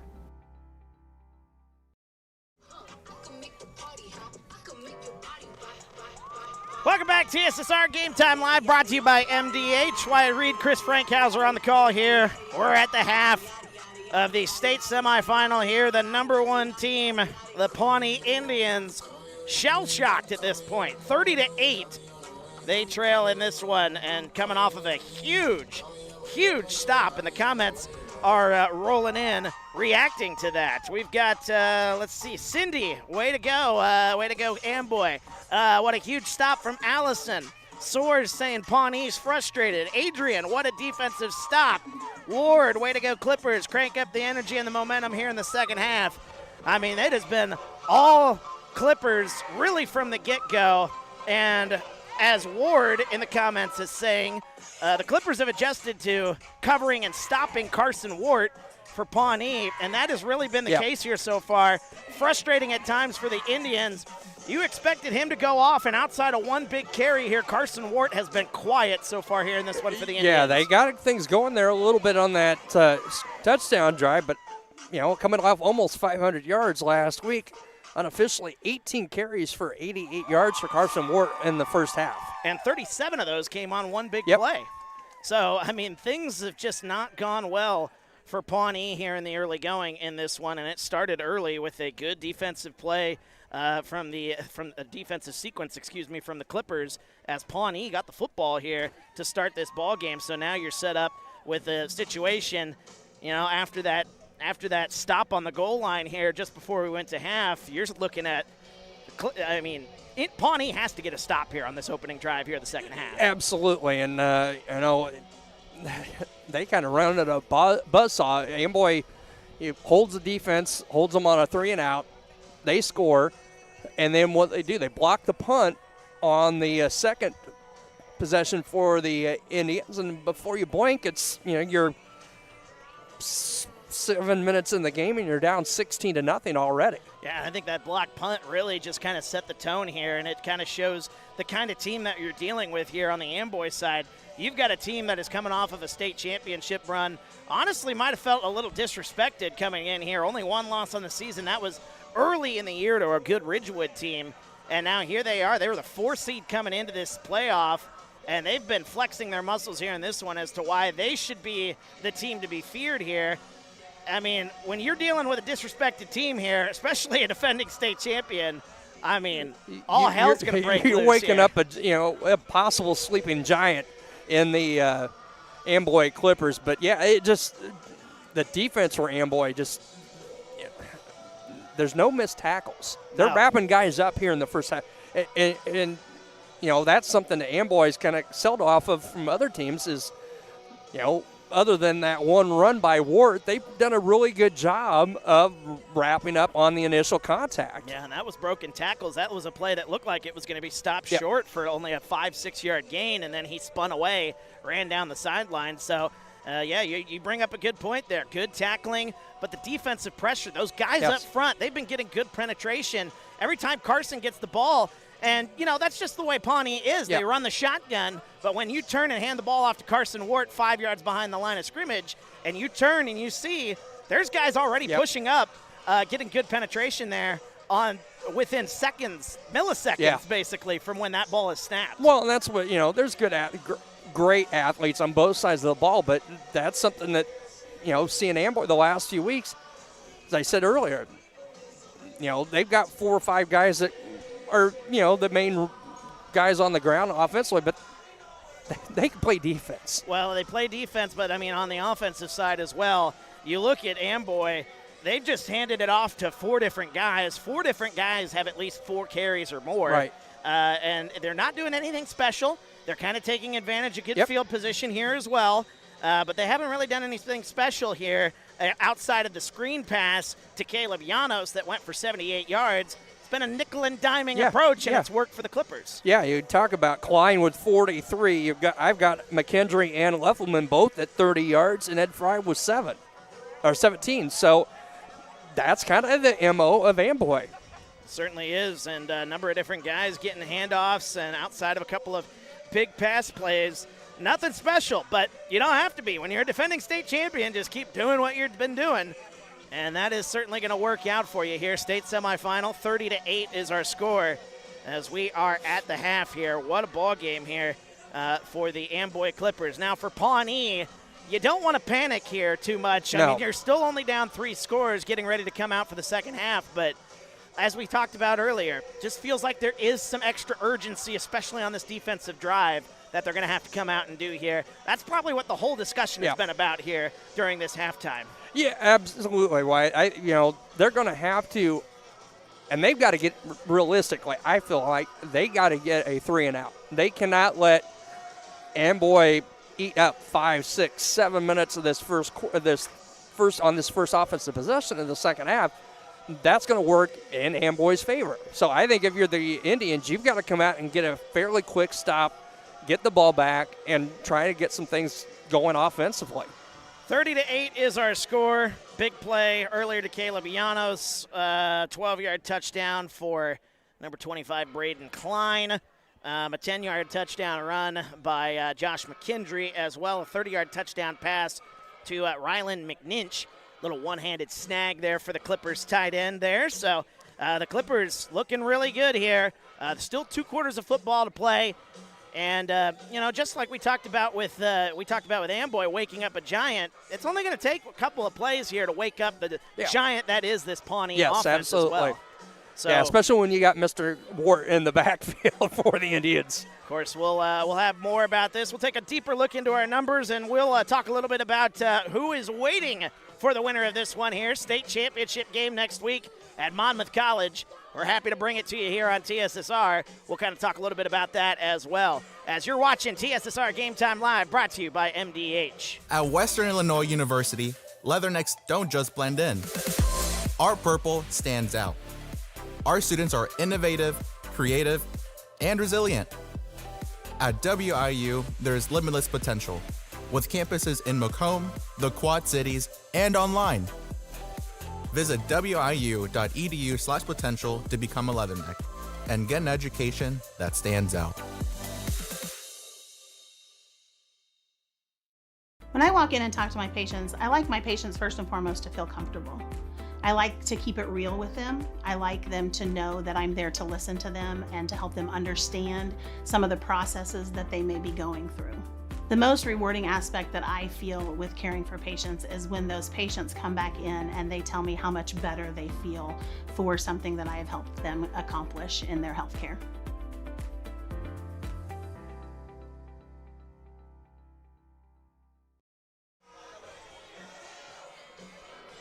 Welcome back to TSSR Game Time Live, brought to you by MDH. Wyatt Reed, Chris Frankhauser on the call here as we are at the half here in this one. This one brought to you by some of our great sponsors here on TSSR. We certainly appreciate them. Shout out to the First National Bank in Amboy, supporting the Amboy Clippers as they help the area communities with their financial needs. Find them at fnbamboy.com. Member FDIC and an equal housing lender. This one also brought to you by Vasson Brothers Chevrolet. Good luck to the Clippers. Vasson Brothers Chevrolet Incorporated. Find them at www.vassonbrothers.com. That's VAESSEN brothers.com. Great deals, great service since 1926. Come see us on Highway 52 in Sublette, Illinois. We are at the half here in our state semifinal, 30-8, the Clippers of Amboy leading it. And as we talked about just moments ago, kind of a nickel and diming approach here as Chris Frankhauser has our look at the stats. Unofficially for Amboy, as we mentioned, Klein 43 yards for Amboy on 6 carries. Of course, has the one 12-yard touchdown run there in the first quarter. Leffelman 6 carries for 30 yards. Ed Fry, 4 carries for 17. And 4 carries unofficially for Josh McKendry in 30 yards. And McKendry also with a touchdown run, 10 run. Eddie Jones, 3 of 4 for 114 yards passing, 2 scores. Rylan McNish with the first one of 30 yards. And Caleb Llanos, the big one there, 78 yards on his lone catch. And McKendry with a catch for 6 for the Indians. Carson Ward leading the way, 18 carries for 88 yards. Caton Ward, I have 3 carries for 15. Ward passing is, he is 8 of 12 for 55 yards. Ward with a couple of those catches for 31. McElroy a catch for 7. Bettis a catch for 7. Did have to pick as well in that first half. Right. I'm just throwing everything all over the place here. Keep it going there, Chris. All righty. So we can run down our scoring summary. It was 16-0 after the opening quarter in favor of Amboy. Jones on the 30-yard touchdown pass to Riley McNish. McKendry ran it in for the 2-point conversion. 8-0, that score coming at 6:58 to play in the first quarter. And then Klein on a 12-yard touchdown run. That score set up on the block kick. And Leffelman's 2-point conversion run made it 16-0. That was a score after one. It was Jones 78 yards to Mr. Llanos on the touchdown pass. That score coming at 10:46 to play in the first half. The run failed 22-0 in favor of the Clippers at that point. Then Mr. Wart for Pawnee with a 1-yard touchdown run, and Wart's 2-point conversion run cut the lead to 22-8. But with 1:04 to go in the first half, it was McKendry a 10-yard run. Eddie Jones doing a nice job getting to that near corner on the 2-point conversion run, and that's where we stand at the break. White 30-8 in favor of the defending state champion Amboy Clippers. And awaiting the winner of this one is the Milledgeville, the Missiles from Milledgeville, who kind of stunned a lot of us, I think, when we looked at this ball at that ball game going in. Polo was a red-hot team. I mean, the Marcos come into that one undefeated, and the number 2 team in the state, and we're kind of shell-shocked there. Having to play on the road, that might have had a lot to do with it there, but still, you look at that one, Milledgeville wins by a couple of scores, and now awaiting the winner of this one is Milledgeville. Have you got the chance to see Milledgeville much this year, Chris? Not much, and just some of the highlights and stuff, but, they're going to be a formidable foe to no matter who gets there. Of course, Milledgeville getting revenge as they lost pretty big to Polo. I mean, it was the closest game Polo had in the regular season, but still lost by a couple of scores. So Milledgeville getting a little revenge in that one and making their first ever state title appearance. Yeah, and it is, been a good run so far here. Milledgeville, stopping a good Polo team that had a lot of different offensive options. They play really good defense. So awaiting the winner of this one is going to be another good defensive team. And whoever it is, whether it's Amboy or Pawnee, if Pawnee is able to come back here, they're going to have their hands full with a very good Missiles defense. It should be a dandy next Friday night at April Zorn Field in Monmouth College, and can't wait. We're excited about it, certainly, as we'll have that call here for you. TSSR Game Time Live, brought to you by MDH. As we have been the home of the I8FA playoffs every game, we've managed to do it so far here. It's been a fun run here, and it's hard to believe there's only one game left after this one, Chris. I know, and you and I have made a lot of long trips here over the last couple of weeks. I think I figured it was between the last regular season game at Amboy, the following weekend, Martinsville, 4 hours plus away from home, getting home in the middle of the night on Saturday morning and turning around a few hours later and heading to Amboy. About 1,000+ miles on my vehicle in about a little over a week's time there. But it's been fun and only possible. The coaches and I8FA are trying to get half of these games on Friday night and the other half in the first round on Saturday, made that possible for us to be able to pull that off. Yeah, we certainly appreciate all the hard work that's gone into this really on both sides. I know our boss Dwayne has been working hard at it, and it's been a fun ride, and it's just hard to believe that we are here near the end. Monmouth, a little bit closer to home for you and me there for the state championship next week. We're pretty excited about that, but we're excited to see who comes out of this one.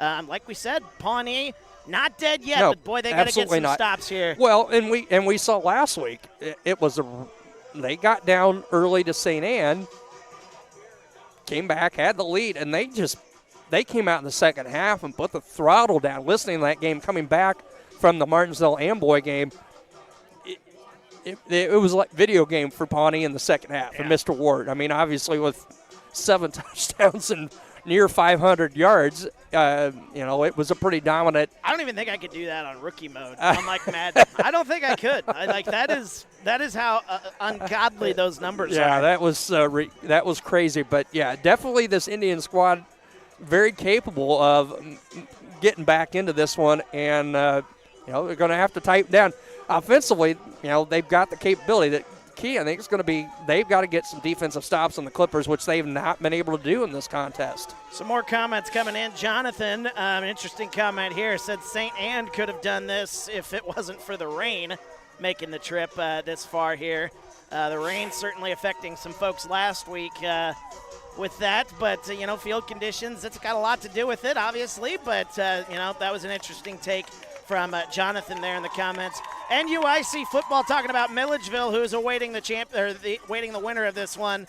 Milledgeville, a very fast team, great defense and special teams. No surprise to see the Missiles in the state championship game. I think, they might not be surprised, but I think a lot of other people were surprised, especially looking at that matchup against Polo. Be it is a rivalry game, but, getting that rivalry game at home for Milledgeville just had to be a massive, massive impact to that ball game. When you look at it, having to go on the road, it's not far from Polo to Milledgeville, but it is in enemy territory, and that has an impact on these high school kids. Yeah, the Battle of the Blacktop, as they call it, between the two schools, separated by less than 20 miles, and that atmosphere, just watching some of that was a fantastic atmosphere for a state semifinal, and we've got a great one here at Pawnee. Well, you're seeing on the other side here, you're seeing an Amboy team. I think it was something that kind of caught our eye as we were getting ready for this ball game here. Pawnee was out here doing their warm-ups here well before kickoff. Amboy didn't take the field until 20 minutes before this game started, and I thought that was kind of interesting, but we don't know if they were trying to get away from the music that they were playing here at Pawnee, just trying to psych themselves up.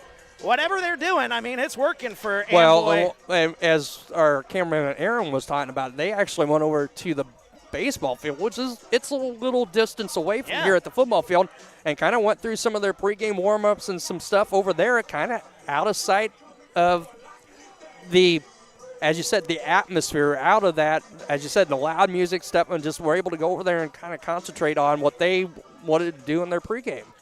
So we'll take one more break, and when we come back, we will talk a little bit more, get ready for the second half kickoff. We're at the half, 30-8, Amboy with the lead over Pawnee.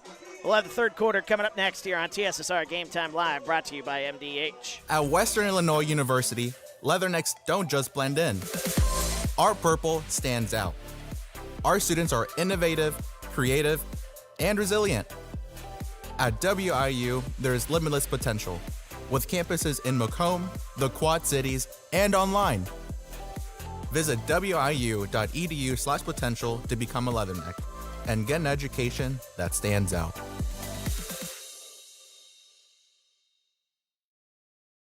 It was the community that really drew me back to Macomb.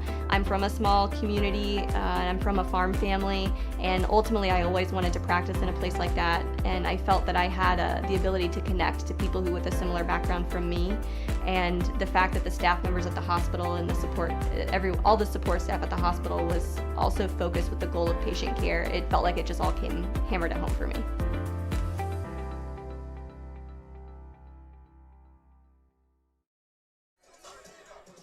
Welcome back, TSSR Game Time Live, brought to you by MDH. Wyatt Reed, Chris Frankhauser on the call here. State semifinal, 30-8, Amboy with the halftime lead. Second half about to get underway here from Pawnee High School. As more folks filing in here in the comments, this might be my favorite comment of the day here. Amboy, you got to win this so that you can beat Milledgeville for us. I'm number 48 from Polo, and number 48 from Polo would be Nathaniel Carr.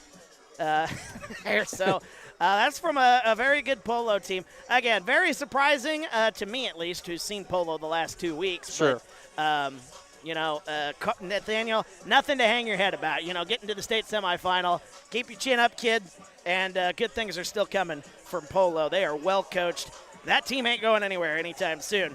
Firecracker Kate says she is home with the flu. Well, thoughts and prayers there, but grateful to still be able to watch my cousin from Pawnee, number 50, Kaysen Dunham, and cheerleader Hadley Walters. Thank you all so much for streaming the game. Go Indians. Of course, you're very welcome there. Kate, Michael, we'll go down to the next one here. Ward going down here. Hold your heads high. Talking to our friend Nathaniel Carr there. Some more words of encouragement there. And Eddie commenting as well. Great season to Polo as well. So They don't need those extra 3 minutes here. Well, it looks like Pawnee is about ready to take the field, and now Amboy about ready to take the field as well, as we got 2 quarters of football awaiting us here. So I'll change the quarter marker to quarter number 3. And let's play some football here. Wyatt Reed, Chris Frankhauser on the call here, as 2 quarters to decide who will take on the Missiles of Milledgeville. Would you be surprised if maybe let's see a little onside trickery here on the opening kickoff? No, it would not surprise me.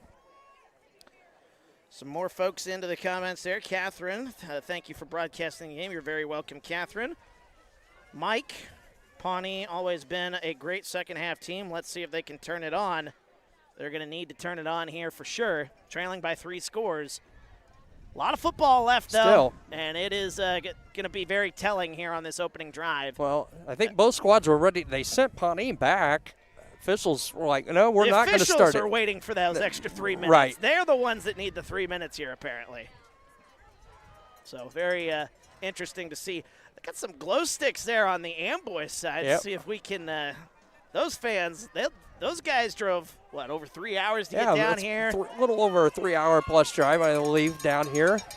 Those guys know how to party here at Amboy. They know how to party here at Pawnee as well. Yes, they do. Music been jumping since we got here. We got here 2 hours before kickoff, and they've been jumping ever since. They have. It has been a loud, rocking atmosphere since we pulled in here a couple hours before kick. 12 minutes has been put on the clock here. Dat Dude watching this when he can. He's watching at work. Don't get in trouble, Dat Dude. The proud uncle of Jaden Adamako watching from St. Louis here this evening.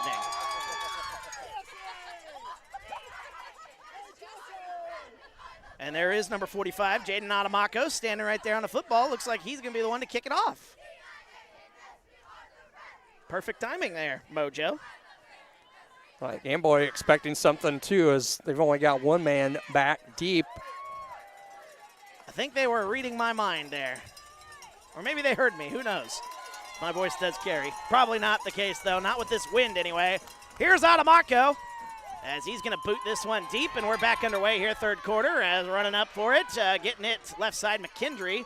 He's going to be down near the 40-yard line. Good return there by McKendry. And it'll be good field position here for the Clippers as they'll take over here, starting the 3rd quarter off right around that 40-yard line marker. Amboy moving left to right here as you look at your screen. In those road white uniforms, the home Reds of the Pawnee Indians trailing by 22 as we start this 3rd quarter of play.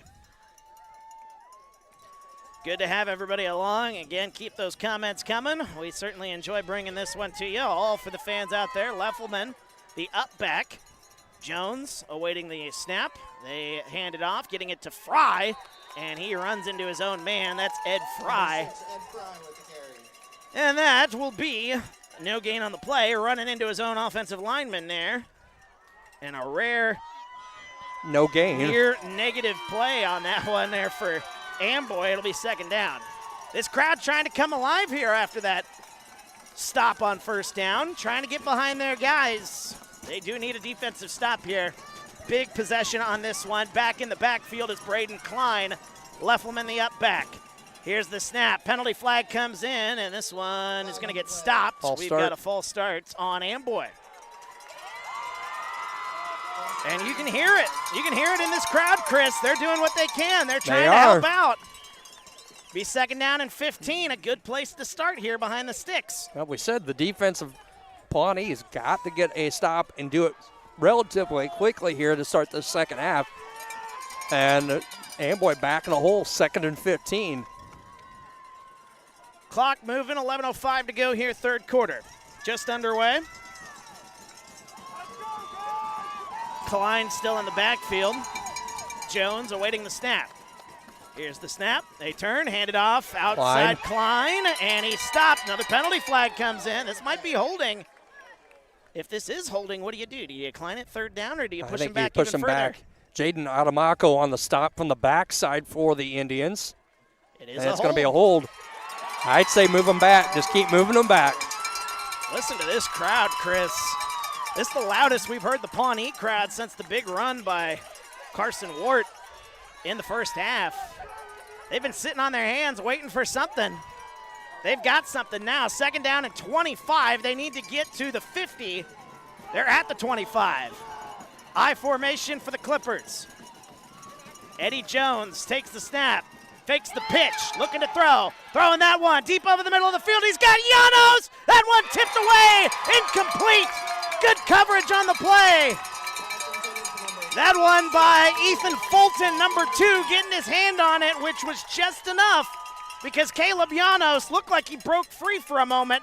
3rd and long coming for the Clippers. Good job by the defensive backs there for the Indians, and thought maybe one of the two of them might have a shot off the tip to pick it off, but it falls incomplete. A big 3rd down here for the Pawnee defense, 3rd and 25. 3 wide receivers to the right, 1 to the left. Jones in the shotgun, awaiting the snap, takes it, steps back, fakes the screen. They're going to launch this one deep over the middle of the field, and that one's incomplete. It'll be 4th down upcoming, and a huge defensive stop by the Indians as they're trying to get back in this one. Intended receiver was 25, Klein, and ball a little underthrown. And we're going to get our first kick out of the Clippers into the breeze. It's died a little bit, but still pretty stiff out of the south. We're going to see still noticeable enough. Rylan McNish to kick it away. Yeah, man's got a good foot. How about Amboy going for the kill shot on those last 2 plays on 2nd and 3rd and 25? They want to get that first down because they know what a defensive stop is going to bring potentially for the Indians. Here's the kick, McNinch, as that one taken near the 35 or the 40-yard line. Got a man on the outside trying to break his way past midfield. He's going to be taken down at the 40-yard line. That's Dakota Coyne on the return, and he's to the 40-yard line. Good field position, and here come the Indians. And how big was that stop here? You talk about that stop at the end of the first half. You could be dealing with a situation where this is a 2-score game and the Indians have a chance to make it a 1-score game, but they were turned away at the goal line, and now the Indians having to work from 3 scores down. Well, you got the first step of the 2 Wyatt done. You held them 3 and out. Now you've got to get some points out of this series. 2 wide receivers right, 1 to the left. Ward in the backfield. Wart back there with him. Here's the snap. They fake the handoff. They're going to run it right side as Ward. He's near the 40. He's to the 35. Still on his feet. Taken down near the 30-yard line. Give him 9 yards on that one. What a good carry there by Caden Ward, the junior quarterback, 6'2", 150 pounds. Gain of 9 on the play. That's only his 4th carry of this ball game. Little misdirection there with the fake handoff. Well, I like that. Yeah, if you're the Clipper defense, you're probably expecting Mr. Ward to run the football, and a nice run there by the quarterback, 9 yards, 2nd and short. 9:34 to go here, 3rd quarter. Just underway here in the 2nd half. State semifinal, Milledgeville awaiting the winner of this one in the state championship game.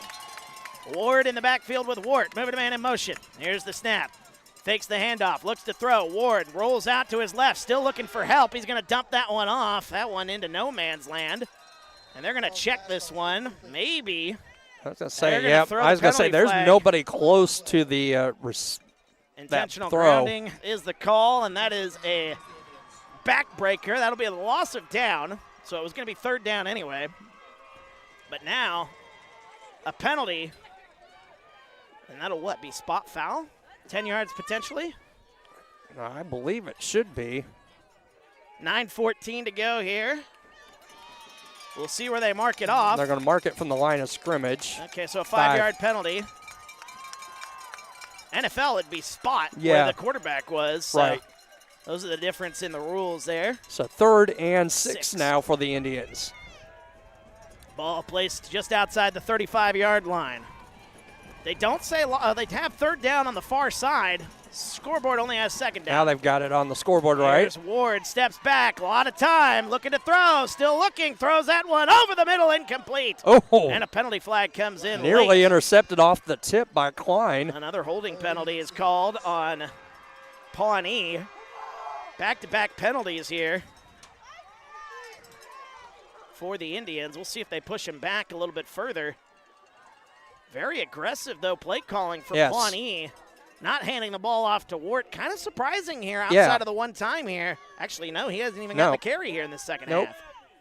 9:06 to go. 10-yard penalty. It's 3rd and 15. Need to get to the 30-yard line. 9:06 to go. As Caden Ward comes back in, he's got the play from head coach Josh Talley. Big play here in this ball game. Two down territory, most likely, for the Indians. 3 wide receivers to the right, 1 to the left. Ward in the shotgun. That is Eric Bettis. Incomplete. And now it'll be 4th down, and now decision time here for Coach Talley. You got to go for it. I feel you've got the wind. I think you got to take advantage of it and go for it. Well, and we've seen some issues with special teams. We Yes. saw the block punt earlier here in this ball game. The second punt that they had in the first half didn't get blocked, but certainly wasn't the greatest. So special teams has been an issue here for the Indians in this one. 4th down and 15, ball at the 45. Need to get to the 30. 3 wide receivers right, 1 to the left. Caden Ward in the shotgun. Takes the snap, steps back, a lot of time. Now pressure comes. Ward throwing that one across his body, and that one's incomplete. And it'll be a turnover on downs. What great pressure from the Clippers, getting into the backfield and forcing Ward to throw that one away. Yeah, just nothing going right offensively there on that set for the Indians, and Clippers with good field possession at their own 45. And the fans enjoying that one there with their glow sticks and all. 8:57 to go here, 3rd quarter. After the defensive stop there from Pawnee, the Indians give it right back. Ball at the 45-yard line. I formation. McKendry in the backfield. Here's the snap. They hand it off McKendry outside. Now he cuts back, breaks a tackle. That's a good 7-yard gain there for McKendry, whose last touch went into the end zone from 7 yards out. Gain of 6, maybe 7. 2nd down. Upcoming. Good play on 1st down, though, from Amboy, and that's kind of been the trick here so far. Stay ahead of the sticks. Yep. And the Clippers have been doing that all ball game long here. 8:50 to go. Clock is stopped because it was out of bounds. I formation again. Now it is Klein. I formation. Here's the snap. Klein gets the handoff, runs his way left side. Big First hole. down. Still on his feet past the 35. Still on his feet. 20, 15. He's brought down. Penalty flag is on the field as well. It's going to come back. No, I'm seeing either. Well, I can't tell. It was of either face mask or holding on the Clippers is the preliminary call. So a hold. Big break there for the Indians. But it's still going to be spot foul. So they're going to mark it off from the spot. So that play is not going to count. Mark this play off. And they're back to the line of scrimmage. So it'll be 2nd down and 4 again.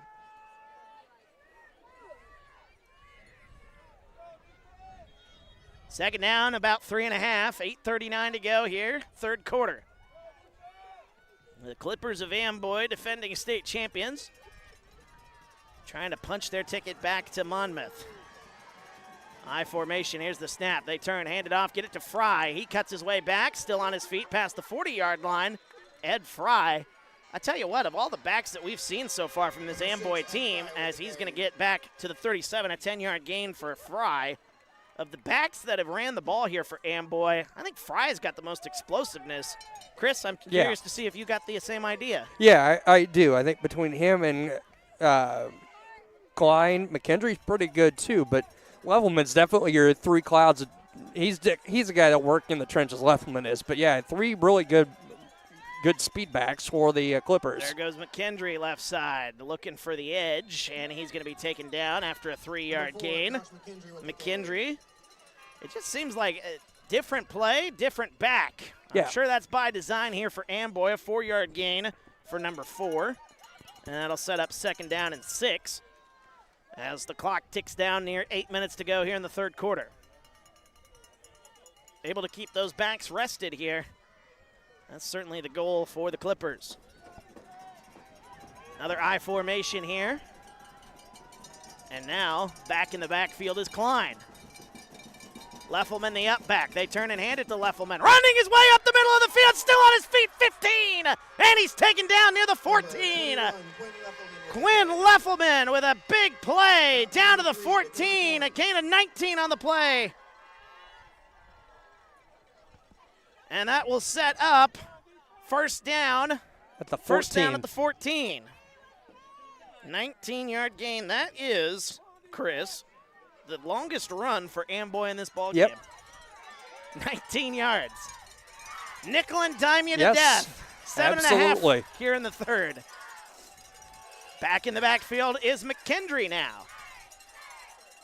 Jones awaits the snap. They hand it off to Leffelman again. He's the hot hand, runs his way up the middle. Nope, just he short. Is down about 3 yards short. They're going to mark him down at the 3.5, maybe the 2.5. That is a nice gain of 11? about 10, maybe 11. Give it to Leffelman. 30 yards on his last 2 carries. First and goal for the Clippers. 7:07 to go. 5? They No, marked he's it- inside the 5. They about marked the it at 3. the 3. Ball at the 3-yard line. I formation again. Ed Fry now in the backfield. I imagine they're going to give it to Leffelman again. Why not? You've had success the last 2 plays. 15 yards to carry on your last 2. Here's the snap. They give it to Fry. Bumps his way back. Cuts in. Breaking tackles. Is he into the end zone? No. He might be about a half a yard short. About a half a yard short. It'll be second down and goal at the 1. Gain of 2 on the play for Fry. 30-8 our score, third quarter, 6:25 to go. Number 21, too big, too fast, too strong. Go Quinn, that's from Jeremiah. You might be right there. Klein now in the backfield here. Second down and goal at the 1-yard line. Jones awaiting the snap. Takes the snap, turns, hands it to Klein, cuts his way back, he's into the end zone, and a touchdown for the Clippers. Touchdown for number 25, Braden Klein. And the Clippers are back on the board here in the state semifinal. They lead it 36-9, or to 8, excuse me.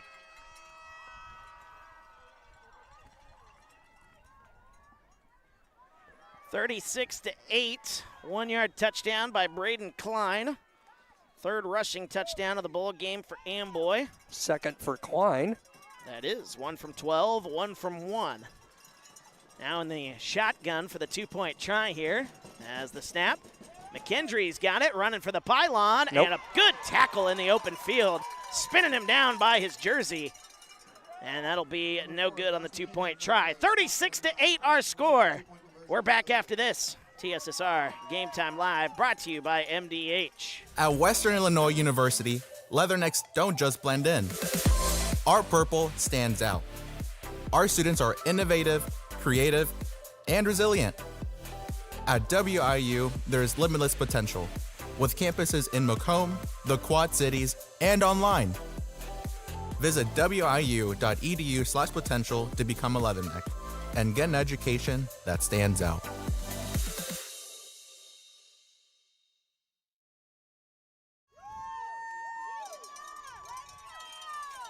Welcome back, TSSR Game Time Live, brought to you by MDH. Wyatt Reed, Chris Frankhauser on the call here. State semifinal in 8-man football here in the state of Illinois. 36-8. Amboy, the defending state champions, flexing their muscles here in this one. A touchdown run of 1 yard by Braden Klein to put the Clippers up by 4 touchdowns. Pawnee desperately looking for an answer. Just feels like every time a little bit of momentum goes their way, something goes wrong. They get stopped, a penalty. That last drive looked like it was cooking for Pawnee, and then they got stopped by penalties. Amboy, I don't think they've made a mistake here in this ballgame so far. Not many. They have. As the kick, a little pooch kick here. Oh, off the hands of the Indians. Able to fall on it near the 37-yard line is big number 47, and that is Grant Lavelle Walker, who comes away with it for the Indians. Nearly disaster, but falling on it, 37-yard line. 5:57 to go here, third quarter. 36-8. Sarah excited for the touchdown, as was Danzig. Kim, pretty excited as well, and Eddie rooting on the Clippers there. Two wide receivers right. None on the left side here. Here's the snap. Get it to fake the play to Wart. Here's Ward trying to cut outside, and he is stopped. Maybe a loss on that play. Eddie Jones, the quarterback, on the stop after a loss of about a yard. Ward looked like he might have had an opening if he just cut to his left. I mean, he was getting ready to cut, but then he tried to cut back outside, tried to bump it to the outside, but he was stopped for a 1-yard loss. Ball now at the 36-yard line, maybe 36 and a half. No hash marks, so hard to tell. 5:23 to go. Two wide receivers left. None on the right side here for the Indians. 2nd and 11. Here's the snap. They give the handoff there to Ward. He's met in the backfield. Oh, what a play. Evan Flanagan getting into the backfield. Looked like from what I saw, a little confusion, something in the backfield on that play for the Indians. Back-to-back carries for Carson Wart, where he's lost yardage. And you saw him down on the ground, kind of frustrated, punching the ground there a little bit. Nothing has gone right here for the Indians here offensively outside of the one big play for Carson Wart and crew. 3rd down, 14, ball at the 35. 4:35 to go here. One wide receiver on each side. Ward moving man in motion. And here's the snap. They turn. They hand it off to the back who was in motion. That's and Fulton. He is going to be taken down. That is Fulton. Ethan Fulton with a carry. And he loses yardage. A 2-yard loss for Fulton. Yatos, Flanagan, and Merriman all on the tackle for the Clippers. The swarming the ball mentality, you're seeing that from the Clippers here. Doesn't matter who gets the ball, but every time somebody touches it here for Pawnee, the Clippers are swarming. 4th and long, 4th and 14.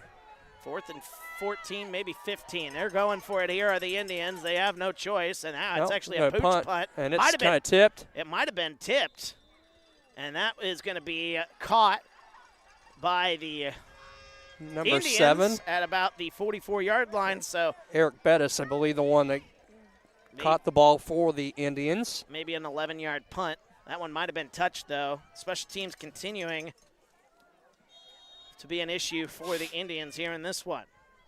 36-8.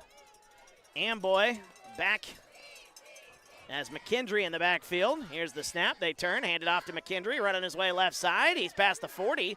And there goes Josh McKendry. He's having himself a pretty good day. Gain of about 7, maybe 8. Give him a gain of 8. I'll give him a gain of 8. Sounds good to me. McKendry with a 10-yard touchdown earlier in this ball game. 2nd down and about 3. 2.5, we'll say. 3:18 to go here, 3rd quarter. In the backfield now is Klein. Jones takes the snap, turns, hands it off to Klein, runs his way left side, cuts through a hole, 35 to the 30, and he is taken down near the 25-yard line. Gain of 11 on that one for Braden Klein. Actually, they might have gave him 10, but still, 1st and 10 nonetheless. Move the chains down to 3 to play here in the 3rd quarter. Clippers getting hotter with each play, Danzig says. That's been happening since the 1st quarter. Fry in the backfield. Jones takes it, gives it to Leffelman up the middle, and he bumps his way outside. And Leffelman with a good carry on 1st down. Another 7 or 8 on the play. Give him a gain of 7. It'll be Leffelman. Last 3 carries for Leffelman. 3 carries, 37 yards. Pretty good average there, I would say. Yeah, any offensive coach would take those numbers. I formation. Is that McKendry in the backfield now? Here's the snap. They turn, hand it off to McKendry. Bumps his way outside. He's going to have enough. 1st down inside the 15, down to the 14-yard line. Give him a gain of 5 for McKendry. 2:10 to go here, 3rd quarter. McElroy on the stop, number 6 for the Indians. Just methodical the way they do things on offense here. The Clippers moving it down inside the 15 to the 14-yard line. I formation, Klein in the backfield. Turns, hands it off to Klein. He cuts his way back. Breaking through tacklers. There he goes. Touchdown. Touchdown, Braden Klein. Touchdown, Clippers. And the defending state champions pouring it on here in the third. 1:45 to go.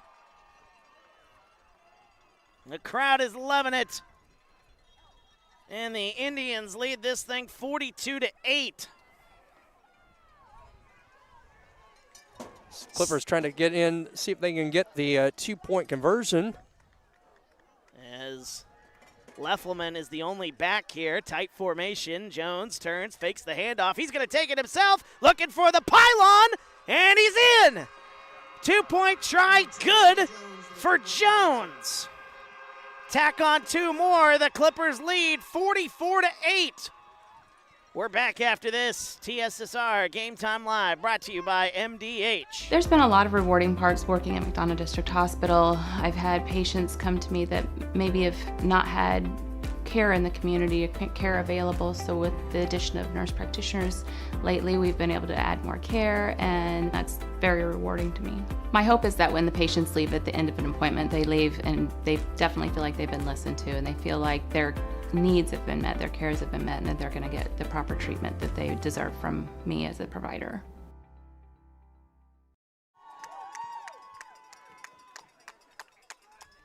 Welcome back, TSSR Game Time Live, brought to you by MDH. Wyatt Reed, Chris Frankhauser on the call. Another touchdown for Amboy. Able to pour it on here. 1:45 left here, quarter number 3. And the defending state champions looking to make a return trip to Monmouth next weekend. 44-8, they lead the number 1 seed Pawnee. McNinch, a little booch kick. Oh, that one off of one of the Indians and able to fall on it near the 42-yard line. See if we can get the number here once he gets up. 42. That is number 42, Hudson Wart. So they'll take over here, 1st and 10 at the 40-yard line.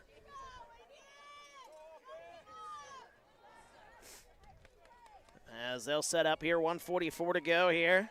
The Indians back onto the field here. Carson Wart, you see his uniform. He is dirty from head to toe. He's been fighting for every yard he can get, but it has not worked out for him so far. 2 backs now in the backfield. Ward takes it. Now they're going to give it. This Number one 3 goes to Coyne. Runs it right side. Dakota Coyne with his first carry here in this ball game. Stop by number 2, Eddie Jones. And he stopped after a short gain of 1, maybe 2 on the play. Jones on the stop for the Clippers. He's got an interception. He's flying around the field here defensively. Working on both sides of the field. Able to run into the end zone just a moment ago for the 2-point try. 2nd down and 9. Ball at the 41-yard line. 1:10 to go here. 3rd quarter. 1 wide receiver to the right, 1 wide receiver to the left. Ward and Wart in the backfield. Awaiting the snap. Takes the snap. Ward looks to throw. He's going to dump this one off left side. Has a man open. That's Fulton. He is past the 50. Still on his feet near the 45-yard line. Ethan Fulton with a good play. Gain 14. of 14 on the play. His first catch here in the ball game. And it'll be 1st down for the Indians. 45 seconds to go. Semi-no huddle here.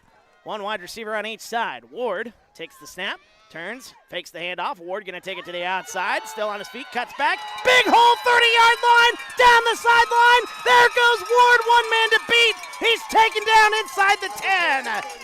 Inside the 10 to the 7 is where they're going to mark him down. Cody Wynn on the touchdown saving tackle for the Clippers. 33 yards, they marked him at the 12. Ran out of bounds. 28 seconds to go, 3rd quarter. 1 wide receiver on each side. What a run there by Caden Ward. Back in the shotgun. Here's the snap. Looks to throw. Throws it left side. Has a man, and he dropped it. Had a man, and he dropped it. That was Fulton. Number 12, Caden Ward's pass is intended for number 2, Ethan Fulton had it. Lost it. As the moon rises here over the horizon here in Pawnee, Illinois. You can see it right there. Beautiful sight here tonight. 26.4 seconds to go here in the third quarter. Wynn caught the stat sheet, and it's Oh, gone. no. Oh, no. That's unfortunate. Who had that I tried to save it, and last little gust of wind and lost it. Two to the right, one to the left. 26.4 seconds to go. Here's the snap. Ward, and he jukes his way back, and he is taken down. Heffelman. Quinn Leffelman. He is making an impact here. Maybe a 1-yard gain Stop by number 21, Quinn for Leffelman. Ward. Bring up Indians And that is a third down. 1-yard gain after his longest gain of the ball game. That is so unfortunate. And that'll end our third quarter. We'll figure out what we'll do with stats here. As we go to the fourth, the Clippers lead this one 44-8. A trip to the state championship game on the line. You're watching TSSR Game Time Live, brought to you by MDH. At Western Illinois University, leathernecks don't just blend in. Our purple stands out. Our students are innovative, creative, and resilient. At WIU, there's limitless potential, with campuses in Macomb, the Quad Cities, and online. Visit wiu.edu/potential to become a leatherneck and get an education that stands out.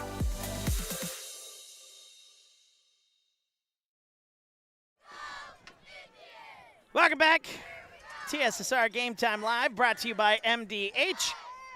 Wyatt Reed on the call. Chris Frankhauser joining me as well here from Pawnee, Illinois. And the host Indians, shell-shocked. I don't even know if that begins to describe this crowd here so far. They have no idea what's hit them.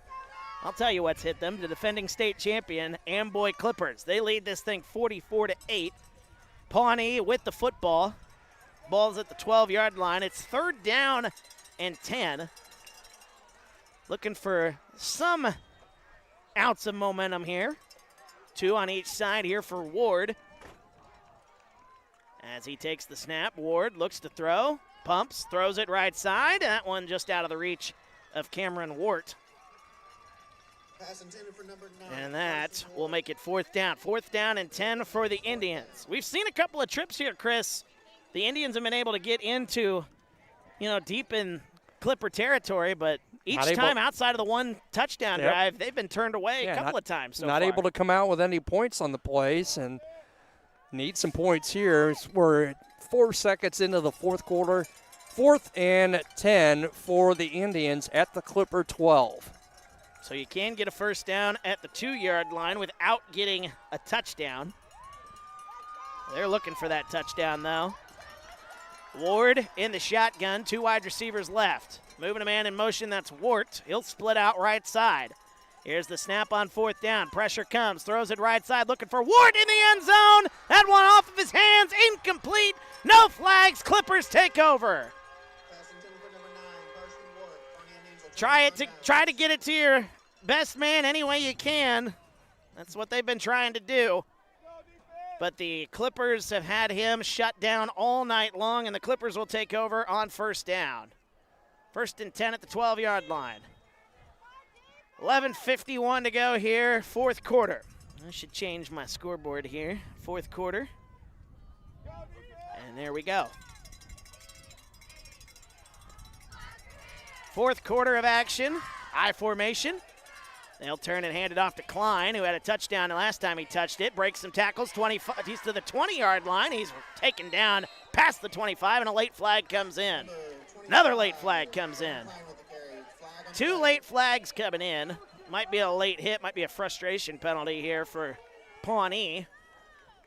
Klein with a gain of, let's see where they mark him. They marked him down at about the 28-yard line, so that's a 16-yard gain for Klein. Face mask and a personal foul. Both on the Indians. And, yeah, those might have been some frustration penalties there after the 16-yard gain. First down. Chris, do you want to – you can take my I can take over your stats. There you go. That's why I do my own stats when I do games in case something crazy like that happens. Don't mind me. Whoa, well, another penalty flag comes flying in. Where'd that come from? And Coach Talley is not happy. He's got his headset off. Not. Frustration, slamming the helmet down is number 7. That is Eric Bettis. At another 15 yards for an unsportsmanlike conduct. So this got all the way to the 28-yard line after a 16-yard gain on a 1st and 10 from the 12. 3 penalties Three now. penalties of 15 yards. He's moved it to the 25. That is one of the most bizarre things I think I've ever seen. Pawnee going to get ugly, Soares says in the comments. And another penalty comes in. That official on the near side of the field throws his flag as high as I've ever seen an official throw it. And another unsportsmanlike conduct penalty. And the crowd, Scott Payne revving up his crowd. Another 15 yards. Have you ever seen 60 yards in penalties? No. On one before, on basically after one play. Well, that's half the distance, so that's not another 15, but it's over 50 yards of penalties. And they'll mark it down at the 12-yard line. And I don't know what the Indians have been saying. They've been chirping. And that near side official has had enough. Yeah. He has thrown that flag high into the sky here on several occasions here. Back to back. 1st down and 10. Ball is at the 12-yard line on the plus side of the field. I've never seen that. Here's Klein in the backfield. Bumps it outside. And he's going to be near the 10-yard line as he's taken down. A 2-yard gain on the play for Klein. Number 25, Braden Klein with the carry. Taken down by number 45, Jaden Alamato. Folks in the comments reacting to all that. That is certainly one of the things you can put down is never seen that before. Gain of 2, maybe 3 on the play, down to the 10-yard line. 2nd down and about 8, maybe 7. I formation for Jones. Turns, hands it off to Fry. Bumps it through a tackler. All the way into the end zone. A touchdown for Ed Fry. Number 6 for the Clippers. And they continue to pour it on here. The Clippers, they can sense it. A trip back to the state championship game. Just under 11 minutes away here as they lead it 50-8.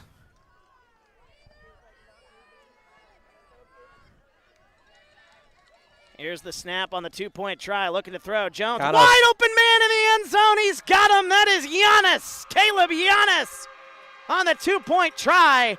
52-8 our score. We'll take a break. We're back after this. TSSR Game Time Live, brought to you by MDH. At Western Illinois University, Leathernecks don't just blend in. Our purple stands out. Our students are innovative, creative, and resilient. At WIU, there is limitless potential, with campuses in Macomb, the Quad Cities, and online. Visit wiu.edu/potential to become a Leatherneck and get an education that stands out.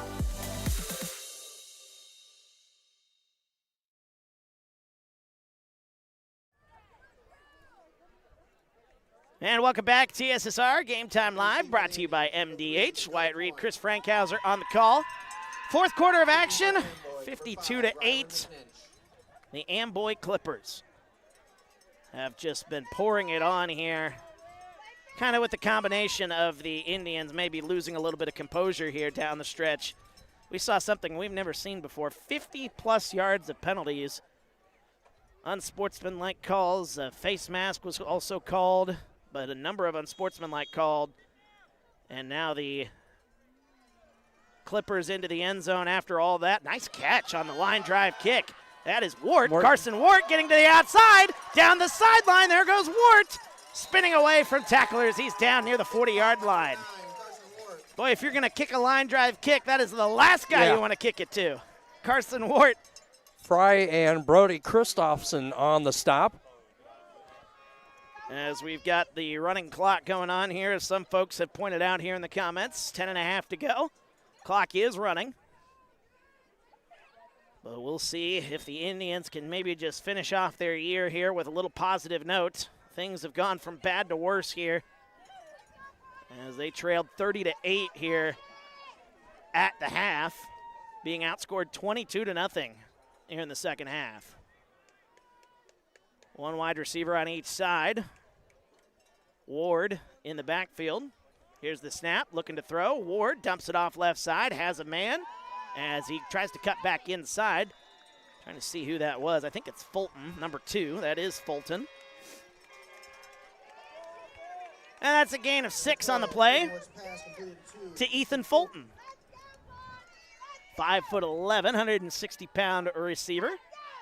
One wide receiver on each side. Semi-no huddle, under 10 minutes to go. Wart in the backfield. Here's the snap. They pitch it to Wart, running his way right side. 35. Wrestled down near the 30-yard line. He's going to be at the marker that he needs to get. That'll be a 1st and 10 for the Indians. 9:22 and counting here, fourth quarter.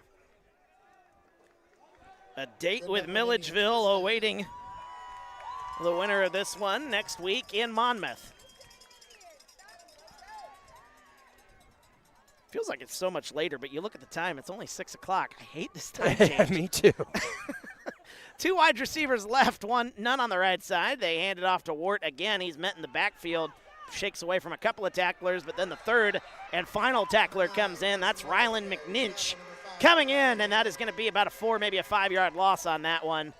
They give him forward progress, so it's a 3-yard loss. It'll be 2nd down and 13, 8:40 to go here in quarter number 4. Feel like that's maybe a generous spot there with the forward progress. Drew congratulating Milledgeville on their trip to the state championship. Some more comments filing in here. We'll take a look at some of those here in the postgame as we'll await the chatter with the head coaches on each side. Amboy almost 8 minutes away from a return trip to the state championship game. Ward looks to throw, throws it left side, and there's nobody there. Just the night it has been for the Pawnee Indians. 11-0 coming into this one. Knew they were going to have their plate full here in this one, but I don't think anybody saw this one coming here tonight. A 44-point lead here for the defending state champions.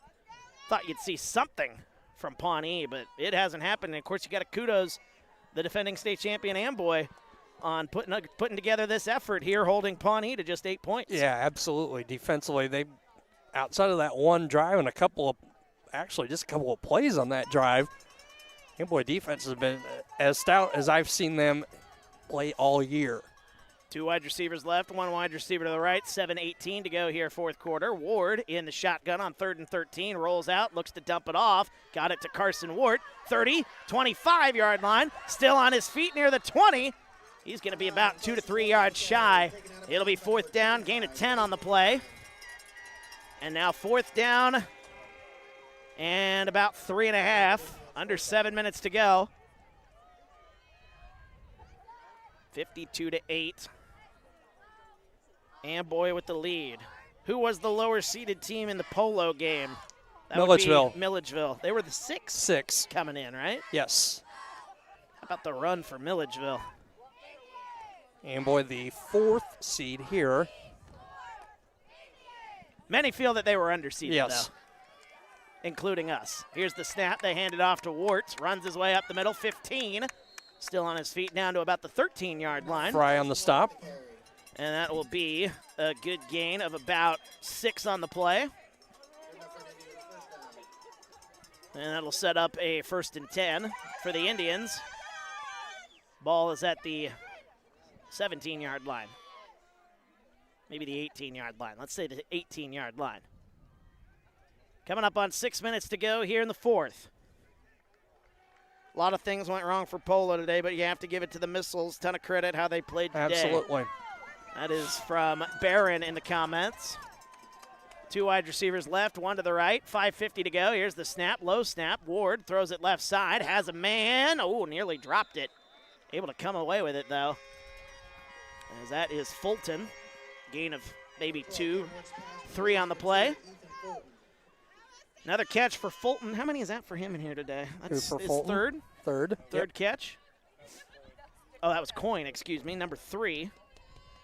2 and 3 look very similar from all His the way second back catch. here. 5:20 to go here. It'll be second down and 8, ball at the 15-yard line.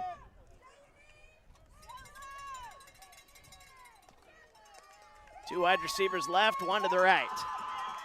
Ward, actually that's a backup quarterback in. We'll get the number here in just a second as he runs his way right side past the 15. He'll be down to about the 13, maybe the 12. That's the backup quarterback, the senior, Coy Clark, 6'2", 205. So both semifinals were upsets, Onyx. Yes, you are right on that. At least seating-wise. Seating-wise, yes. I think some people thought Amboy was going to win this game, but I just don't think it was by this margin. No. Count me as one of those. I thought we'd have a close contest either way. We'd have up and down, yeah. honestly. Two wide receivers left, one to the right. 4:25 to go in the fourth. A lot of the backups in here as Clark takes it left side. He is stopped. For, I believe. Another good stop by this Amboy defense. That was on third down. Or was that on fourth down? Nope, that was on third down. So it'll be fourth down, fourth and about 5, gain of 2 on the play. And timeout, Indians. Call a timeout here. 4:02 to play. We'll take a timeout with them here as the Indians call that timeout. We'll take a break. Back after this. TSSR Game Time Live brought to you by MDH. It was the community that really drew me back to Macomb. I'm from a small community, I'm from a farm family, and ultimately I always wanted to practice in a place like that, and I felt that I had the ability to connect to people who with a similar background from me, and the fact that the staff members at the hospital and the support, all the support staff at the hospital was also focused with the goal of patient care. It felt like it just all came hammered at home for me.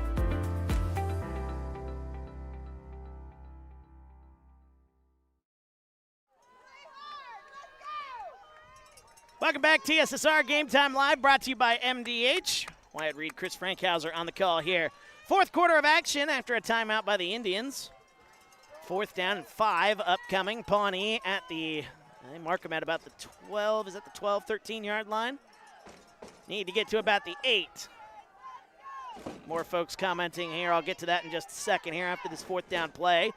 Penalty flag comes in. Clark cuts it right side. Good run for Clark near the 5-yard line, but this one might be coming back. Actually, 12 back at quarterback. And they'll call that one back here. It was Caden Ward, I believe, back at quarterback. Yep. I think he moved maybe just a hair early. Jake Kess says this is not an upset, kind of agreeing with what we were talking about earlier. Cindy says she's proud of Amboy here tonight. These boys did a great job. They did. I mean, this was a masterclass here tonight by Amboy. Andrew, anybody who watched the I8FA over the last 4 years shouldn't be surprised by this. The NUIC teams have been dominant over that time. 3:33 to go here. Second state championship trip for Amboy. Second straight, yeah. Moving it right side on 4th and 10. Nowhere to go is Clark. He's run out of bounds on 4th and 10. It'll be a turnover on downs. And with 3:14 to go, the clock is still running. Michelle, a proud mama here. Love you, Coach Kenny. Hope to see you next week. Adrian, yeah, that was the question I answered there earlier here.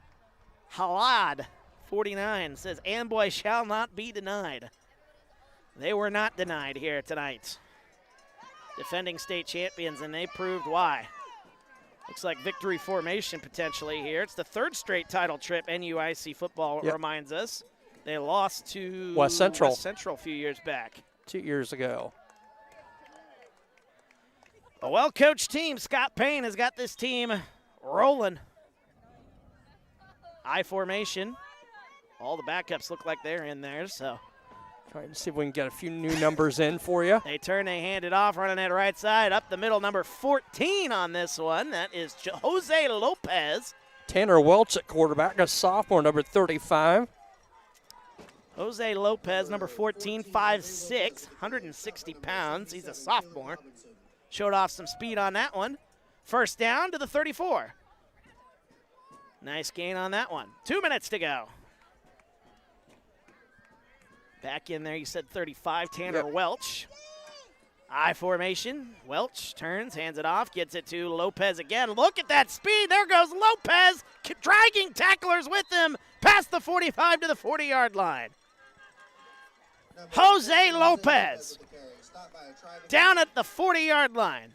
Maybe 26. 30, down at the 37-yard line. What a run by Jose Lopez, the sophomore, getting his chance here in mop-up time. Sandy congratulating Amboy. Adam asks, is there a steak and shake in that area? I don't know. There's a kneel down. Might be Springfield. In this area, yeah. There are Springfield. Yeah, that's what they were asking in the comments. Steak and shake in the area from Adam. All sorts of places in Springfield. You can take your pick. Talking dinner options here as we're under a minute to go here. Guys, that's not fair. That is not fair indeed. Brianna happy for old Jose getting the run there, the last couple of runs. Amboy playing in the North Division prior to this. Out of this game is no surprise. NUIC represents again in the I8FA finals. Eddie Lopez, that's my boy. There's another kneel down. And that'll do it. The Amboy Clippers for the third straight year headed to the state championship, looking for a second straight title. They'll take on Milledgeville next week in the state championship.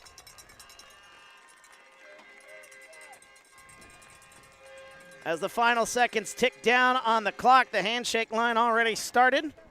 State bound on to state, Jason, Adrian there. Alyssa, these boys have done great all season. Good work to the boys and coaches. Folks, stick around. We'll talk to the coaches of both sides.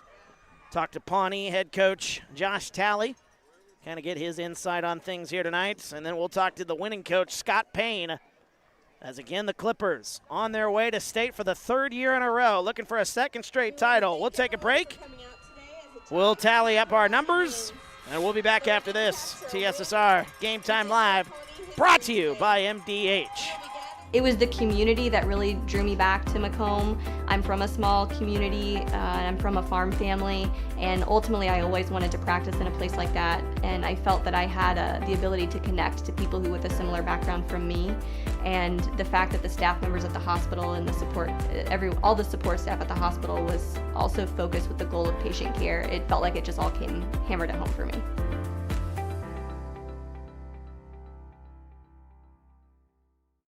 Western Illinois University, Leathernecks don't just blend in. Our purple stands out. Our students are innovative, creative, and resilient. At WIU, there is limitless potential, with campuses in Macomb, the Quad Cities, and online. Visit wiu.edu/potential to become a Leatherneck and get an education that stands out.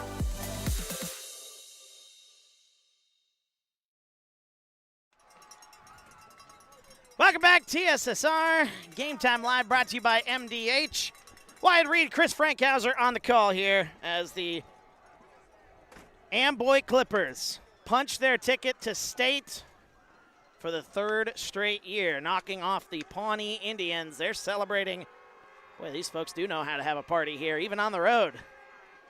They got streamers and everything going on here. Horns still sounding. They're going to be partying well into the night here, as the Clippers making a return trip to Monmouth for the third straight year. Lost the first time, defending state champions, however, this season. Then they'll look to make it 2 for their last 2, as the Clippers knock off the Indians here in Pawnee, 52-8, our final score. Go over some of the comments while Chris tallies up our score. Our camera guy, Aaron, out there trying to get some players here potentially that we can talk to. We've requested that we at least talk to big number 25, Braden Klein, potentially, and then also maybe even Caleb Giannis, who had that big 78-yard touchdown catch in this ball game. 52-8, though, our score. Let's take a look at some of the comments that came in here during that commercial break. A lot of congratulations going out for Amboy, and rightfully so. Congratulations to the Clippers. This is from Barron. Very impressive win indeed. Way to go, Clippers, and congratulations to the Indians as well. There was a comment I saw earlier here. Let's see if I can find it here. Indians, you had a great season. That's from Ward, who was commenting with us all night long. Michelle, very, very happy. Crying in Hobby Lobby. So proud of the Clippers. Love you, Coach Kenny. Woohoo to the Clippers from Diane. Eric, congratulations to Amboy. Barron said it wasn't your day, Pawnee, but still a great season nonetheless. That was the comment I wanted to get to. Barron, you said that very well. Even though Pawnee didn't have it here tonight, the Indians certainly had a very good season, 11-0 coming into this one. They finished the season 11-1. And one win shy the state championship game. Nothing to slouch about here. Eddie, so happy for these seniors. Such good young men. George, congratulating the Clippers. Diane as well. Watching my grandson from California, Jose Lopez. Got some carries there in mop-up time. And that was cool to see there. Got a lot of speed for a sophomore, so we might be seeing him more here on TSSR in the years to come. But the celebration out on the field there for Amboy, again celebrating their 52-8 semifinal win here in Pawnee. On the other side of the field, you've got the Indians chatting with their head coach, Josh Talley. And we'll try to get Coach Talley up here to chat with us, along with the winning head coach, Scott Payne. But as you can see out there on the field, it might be a little while. We've got our guy Aaron out there chasing down a couple of guys. Oh, he got Janos and Klein. Janos and Klein. Look at that. Look at this guy producing results here. We'll keep him around. Aaron does such a good job. We do want to say that, yeah, absolutely. Big shout-out to really all of our crew here. Absolutely. TSSR. Let's be honest, it wasn't easy the last couple of weeks, all the trips that you and I had to take and all of our crew had to take. But you know what? We're happy to do it. I'm glad that I got somebody to do a game with. I haven't had a guy. You and I have gone solo all year. We have. So it's nice to have somebody else that I know last week had to play the MDH interview twice during halftime because of too much liquid consumption, water consumption on my part. Oh, no. So nice to have some bodies up here. And I'll let you do things, and I'll hand over the headsets to the. You hand over the headsets to the guys as we get the couple of the winning players up here for the Amboy Clippers, again making a return trip to the state championship game. We'll grab the first up here, and that would be number 36, Caleb Janos, the senior. And got the headset on here. Caleb, congratulations, a return trip to the state championship game. This has got to feel pretty good here, doesn't it? Feels amazing. On your way to Monmouth here.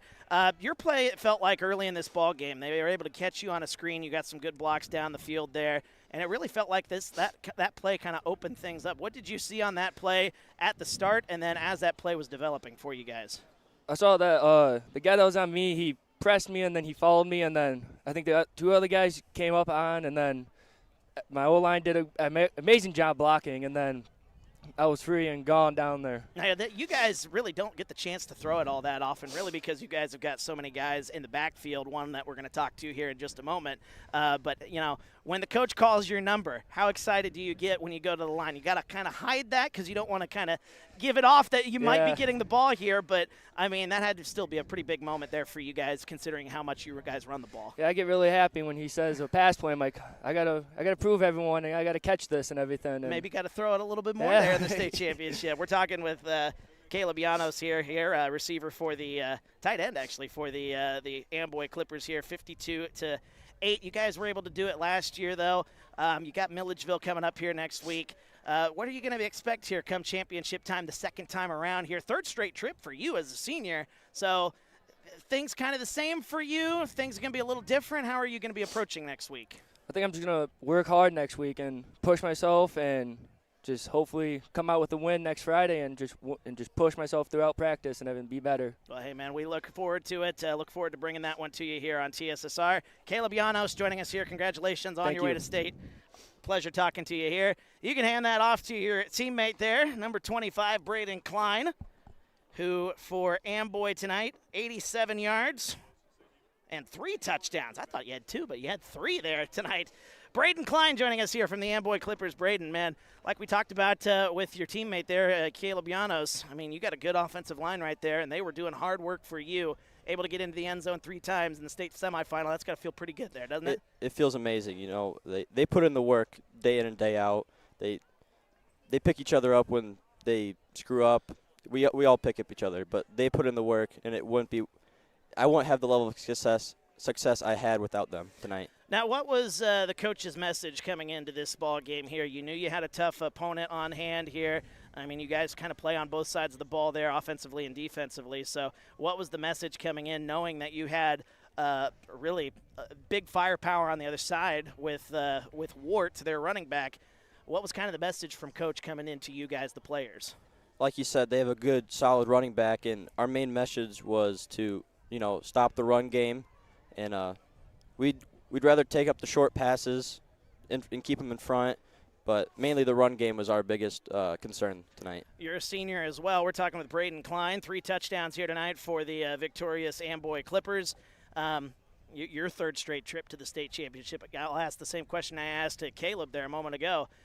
What's going to be your approach coming in? Are you going to kind of have the same approach you've had the last 2 years, a little superstitious there, or are you going to kind of approach it a new way since it's your 3rd straight trip defending a state championship here in this one? I'm always going to be superstitious about football. It's an amazing sport, and I just love it to death. But, we're just going to have to put our heads down and get to work again. Got a tough Milledgeville team waiting for you next week in Monmouth. Congratulations. Get some rest, and we'll see you next week at the state championship. Absolutely. That is Braden Klein joining us here on TSSR after the 52-8. What a day for him. 87 yards rushing for Braden Klein, 3 touchdowns, 1 from 12, 1 from 15, and 1 from 12 as well. As we welcome back Chris here on the headset here after chatting with those guys. Aaron, appreciate you getting those guys, by the way. You got some numbers there for Amboy. Let's at least go over the Amboy. I see some numbers right there. You got those there for us, Chris? Well, these are unofficial, as my stat sheet went flying behind it. So I picked up where Wyatt left off. Unofficially, I got Klein with 87 yards on the contest on 11 carries. Levelman 60 yards. Ed Fry 40. McKendry 54. And Lopez 38. Passing, Jones was 2 of 3. Couple of scores there, and that big one to Llanos there after the turnover. What is that? What is that? What are we zooming in on here on the field? Oh, is that a little one? She's talking to somebody oh. Broadcast. Oh, okay. She's chatting with us here on the broadcast. Okay. That makes a little more sense. There we go. Hello. Oh, all right. I was wondering what we were zooming in on here tonight. But, yeah, I didn't mean to cut you off there, sir, but – she's waving. Happy Amboy fans there. We talked to Caleb Llanos there. Like I said, Amboy doesn't throw it all that much, but they didn't really need to tonight because of their depth on the running back side. Right, and that's the thing. When they do throw it, Eddie Jones, they're very effective. And that connection between Llanos and Jones, coming into the contest with 9 touchdowns for Llanos and Jones with 12 passing on the season. So they don't have to throw the football, but they are, I guess I would say, very efficient throwing the football in the playoffs and all season long. Well, you heard Caleb say, though, during that, when he does get that call that they're going to throw the ball here, his eyes get a little wide there. You kind of got to hide that. Yeah. Don't want to give away that you're going to be throwing the football. Right. But they were able to do it there. They used it to their advantage. Got 2 big touchdown passes, one from 78, the other from 30 yards. For McNish there, Nick. Good job by him. He, in the 3 games that I've seen, he really hasn't been much in the offensive set, and a good job there by the junior for the Clippers on that, and a good touch pass by Jones, I thought, on that play, and really good concentration. I mean, he bobbled it a little bit, but kept the composure, brought it in, and got in for that first score of the contest here in the contest for the Clippers. So we have a state final set. It'll be Milledgeville and Amboy. So, yeah, the Clippers this year moving to the West Division of 8-man with some of the additions of some of the new teams into 8-man. So previous years they've been in the North with the Milledgevilles and Polos and those squads. So be interesting to see the battle on Friday in Monmouth, how that's going to turn out. I can't wait. We have figured out who that woman was, by the way. Apparently her name is Liz. Soars saying, "Go Liz," with a couple of laughing emojis there. So we found out what at least her first name was there. So shout out to you, Liz, watching the coverage while also being here in Pawnee. We certainly appreciate that. A couple more comments coming in here. Bearskin Beauty Spa even getting in here tonight. How about great job, Clippers? Way to go. Let's go win state again. Kimberly says congratulations to Coach Payne and the Clippers, cheering you on from Palm Springs. Boy, but it's warmer there than it is here by a long shot. And that is, I think, is the beauty of these broadcasts that we do here on YouTube. You know, you've got family. We had a guy from Hawaii. Yes. We had California, Florida. We've had Texas, some from overseas. We've had people from overseas in the past. I mean, that's just the beauty of how simple this can be. These broadcasts here on YouTube, you know, it's a lot of work for us, but we're happy to do it. Absolutely, so it's simple for our viewers out there, for folks who can't be here and watch this game. That's what it's all about there, Chris. Yeah, absolutely. And who would have thought, I mentioned that being one of the first ones to start with Dwayne when he started this during COVID and doing 35 games, I think, in the first 6 weeks. We were doing everything from junior high boys and girls 7th and 8th grade, girls basketball. I mean, you name it, that we started off doing games in Bushnell pretty much. Yeah. And now what it snowballed into, and, you know, we're doing games. We do 8 playoff games the first round all over the state. So it's been incredible to watch this thing grow from its start to what it is now. Follow your dreams, kids. I know that was kind of what Dwayne wanted to do. You know, All he wanted to do was cover Bushnell football during COVID, and this is what it's turned Coach into. Payne on his way up. He is on his way up, so we'll chat with Coach Payne for the victorious Amboy Clippers here tonight. 52-8, the final score. And for some reason we lost connection to chat. I don't know why that's the case. We're back and reconnected. All right. Made me think our internet was going out here, which I certainly hope not, because we've just got the head coach of the defending state champion and now making a return to state is Scott Payne here for the Amboy Clippers. Coach Payne, congratulations, semifinal win here. Really making a statement here in the early going. Was that kind of the message coming into this? Hey, let's put this thing away as early as we can.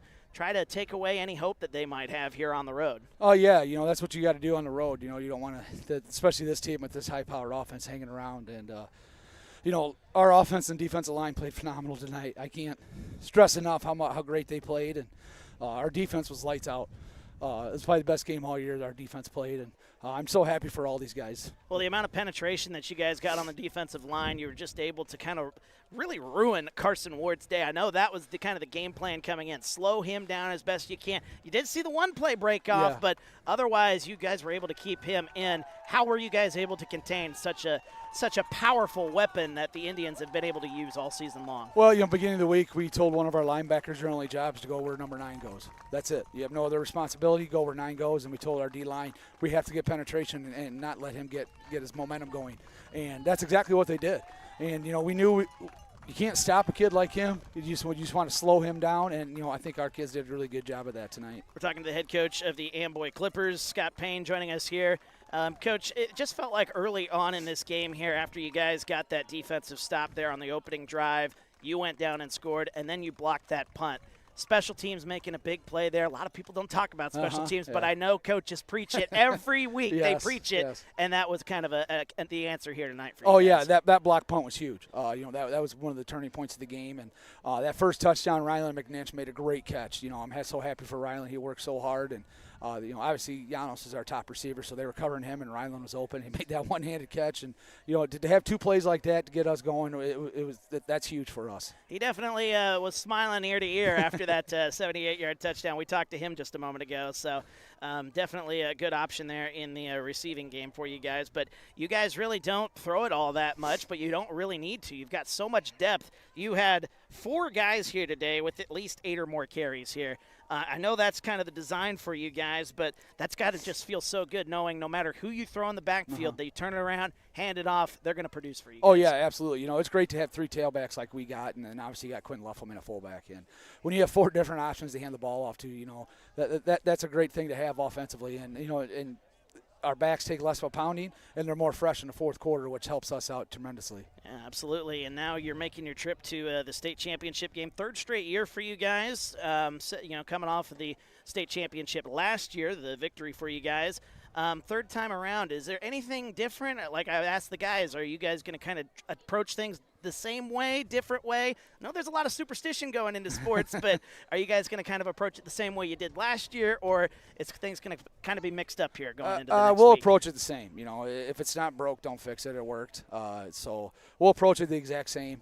You know, we might do a couple things a little bit different, but other than that, you know, we're going to approach this game the same way we have the last 2 years and prepare the same way. And, you know, Millsville's a very good football team. I've seen them on film. And, you know, Coach Roble and his staff do a tremendous job up there. And it's going to be an exciting game to be able to play against them. You know, 2 towns really close together. And, you know, it's going to be a great night and a great game. Yeah, and a relatively, you know, not near as far a drive for you guys. So folks should be able to file in there. Should have a good crowd next week down there at Monmouth College. Absolutely. I'm sure we will. You know, we had a great crowd last 2 years there, and so did the opposing teams that we played. And, you know, Monmouth College does such a great job of hosting us, and, you know, it's a great atmosphere, you know, and you couldn't ask for a better atmosphere than Monmouth College. We're talking to the head coach of the Amboy Clippers, Scott Payne, joining us here. Scott, I look in the comments here. I've got a comment here. Scott, your dad and Uncle Jim looking down with pride and joy for you and your leadership. Thank you. It's got to feel pretty good getting comments like that here on our stream. But yeah, I mean, it does. You know, my Uncle Jim was a high school football coach for years, and my dad loved football. And, you know, they both passed away a while back. And I don't know who said it, but that was Clipper Guy 67. So you know, we'll hunt him great. down It's here. great to hear things like that, and I appreciate that comment. Well, we certainly appreciate you chatting with us there. Congratulations on another trip to state. 3rd straight trip for you guys, coming off the championship last year, going for 2 in a row. Best of luck to you there next week. A great week of preparation ahead of you, and we'll talk to you next week at the state championship. Yep, thank you very much, and thank you guys for the great coverage. You guys do a wonderful job, and we appreciate everything you guys are doing for the game of 8-man football. Hey, we appreciate that there. Coach Payne joining us here, Amboy Clippers head coach, 52-8 winners here in the state semifinal against Pawnee. So good to chat with him here this evening. We're awaiting Coach Talley. I'm wondering if we're going to get the chance to chat He's with still him. down with his coaches and stuff down there on the field, so I'm going to see if we can maybe give him a few more minutes. Yeah, we'll give him a few more minutes. I mean, he's got a lot to kind of unfold here. This certainly did not go the way that they wanted to, and you kind of saw at the end of the game there, maybe Pawnee kind of lost their composure a little bit. So I think they got a lot to talk about, and we would certainly understand if we're not able to chat with them, but we're going to give them a few extra minutes, stay on the stream as best we can here. But I mean, early on, you know,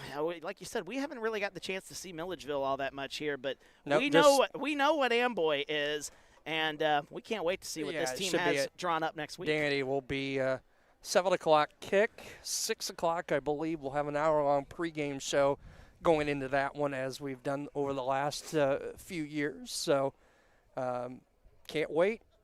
Yeah. Should be a dandy at April Zorn Field next Friday evening. Yeah. Hopefully we get decent weather. Last year was about the best weather we've had for an 8-man title game. I know 2 years ago when West Central won over Amboy, it was in the teens, I think, in 20s, and you know we had problems with cameras freezing up and stuff like that. So not the best weather here in the past, but you know, what would you expect in mid to late November? Yeah, and you're not going to see 80 degrees and such. You're not. This isn't Oklahoma or anything like that. I know I got blessed with doing a state championship game down in Oklahoma a few years back, and the weather was pretty good. We were outside and a little breezy, but other than that, it was pretty good weather-wise there. But things, you kind of expect that here, and that's football weather. That's what we call here in the Midwest. We call that football weather. Yes. And, you know, we're expecting it. We're going to be ready for it, and we're going to bring you the broadcast next weekend here on TSSR Game Time Live, brought to you by MDH. Let's go through a couple of reads here as we await Coach Talley joining us here. These reads, though, it's our sponsors, and we want to say a huge thank you to those sponsors. First National Bank in Amboy, supporting the Amboy Clippers. They also help the area communities with their financial needs. Find them at fnbamboy.com. Member FDIC and an equal housing lender. This game was also brought to you by Vasson Brothers Chevrolet. Good luck to the Clippers, Vasson Brothers Chevrolet Inc. Find them at www.vassenbrothers.com. Great deals, great service since 1926. Come see them at Highway 52 in Sublette, Illinois. Good to have everybody along here tonight, here in this state semifinal. Again, Milledgeville awaiting the winner, Amboy, here tonight. As we've got Coach Talley joining us here for Pawnee here. We'll chat with him for a couple of minutes here tonight. And we certainly appreciate the time here as he has made his way on up here to our studio, our setup here tonight. And Coach Talley, certainly not the way you wanted things to play out here tonight, 52-8, obviously the final score there. But I mean, let's just talk a little bit about kind of how this game played out for you guys. Kind of got going really early there with the first drive, unsuccessful there on 4th down, and then the block punt. I mean, just kind of how did things kind of get going there and get Amboy moving there as things went along here in the first half? Yeah, that I can see why they're the defending state champs. That's a heck of a team we just ran into. Coach had those boys ready to play. I just mental errors, a lot of it. And then they were strong up front tonight. They got a push and made some plays, and then some of it on me too. Probably could do a better job play calling, especially down in the red zone. We stalled out a lot. But again, I'm proud of this team. They fought hard. They fought all 4 quarters, and not the way we wanted the score to go, but we ran into a good team today, and they got the best of us. We're talking to the head coach of the Pawnee Indians, Josh Talley, here on TSSR. And, as we kind of take a step back here and look broader on the season as a whole, you came into this game undefeated. You had a really great season up to this point. How do you I know it's kind of hard to kind of do that after such a loss here tonight, but what do you kind of think of this whole season as a whole? I know you kind of got short of your ultimate goal was the trip to the state championship game, but you got to be pretty happy here. First year here for you at Pawnee. I mean, you got to be pretty happy with how things are going your first year. Yeah, I just so proud of our seniors. They been through a lot, since the off season, with a whole new coaching staff. I met with our seniors before I even met with the whole team and just talked to them about, they had my respect. They could have walked away with a new head coach, but they stuck it out. They trusted me, and I told them that this team's going to go as far as they take us, and they did a great job taking that leadership role, be an extension of the coaching staff really. And there's nothing to be ashamed about with qualifying for a semifinal game. As you said, end of our ultimate goal, but there's a lot to be proud of this season. And again, big thank you to the seniors. I wanted this one for them more than anything. Well, and those seniors, you're losing some big firepower there with, Carson Wart, one of those seniors that you guys are losing there. But, you look at your roster there, you only have about 8 or 9 seniors on your whole team there. So you've got a lot of these guys coming back. What's going to be the message to these guys in the offseason when you guys come back here next fall? Yeah, like you said, we would lose a lot of key pieces in that senior class, a lot of talent, but we also return a lot of young talent too. Some talent is probably overshadowed by, the seniors that we have. The biggest thing going in the off season for those young guys is, that's a state team right there. And, a week from now they might be the state champions, and, that'll be the message. If we want to beat a team like this and win state, well, we see what we need to do and what we need to get better at. Again, not the outcome we wanted, but this is a great learning opportunity for the team moving forward for our program. Hats off to Amboy. They, great program they got there. Coach has got those boys going. And you'll have the full off season to work with these guys. Everybody will be back coaching-wise, hopefully for you guys. And This team is certainly going places here, and you made it to the Final Four, so that is certainly a great run. Big congratulations to you on a great year, and we'll see how things go for you in the future. Appreciate the time there, Coach. Thank you. Absolutely. Coach Talley joining us here from Pawnee, 52-8 again, the final score. We appreciate Coach Talley. Now, that probably wasn't easy for him there, chatting after a tough one here tonight, but we certainly appreciate Coach Talley joining us here. Absolutely. On this broadcast here at TSSR. Chris joining us here. Final thoughts, Chris. State championship set. Milledgeville versus Amboy. Should be a dandy. Should be indeed. I said that with this one. I'm saying it again for Friday night. It should be a dandy. It should be indeed. So without further ado, I think that's going to do it for us here. We're going to start our tear down and make the trip back. We will talk to you next week from Monmouth College as we'll have the state championship game. 1 hour pregame likely, and then we'll have the kickoff for you right here on TSSR Game Time Live, brought to you by MDH. For our camera guy, Aaron, and Chris Frankhauser, my name's Wyatt Reed. It's been a pleasure broadcasting this one. Once again, final score, 52-8, Amboy on their trip for the 3rd straight year to the state championship game. We'll talk to you next week here, TSSR Game Time Live, brought to you by MDH.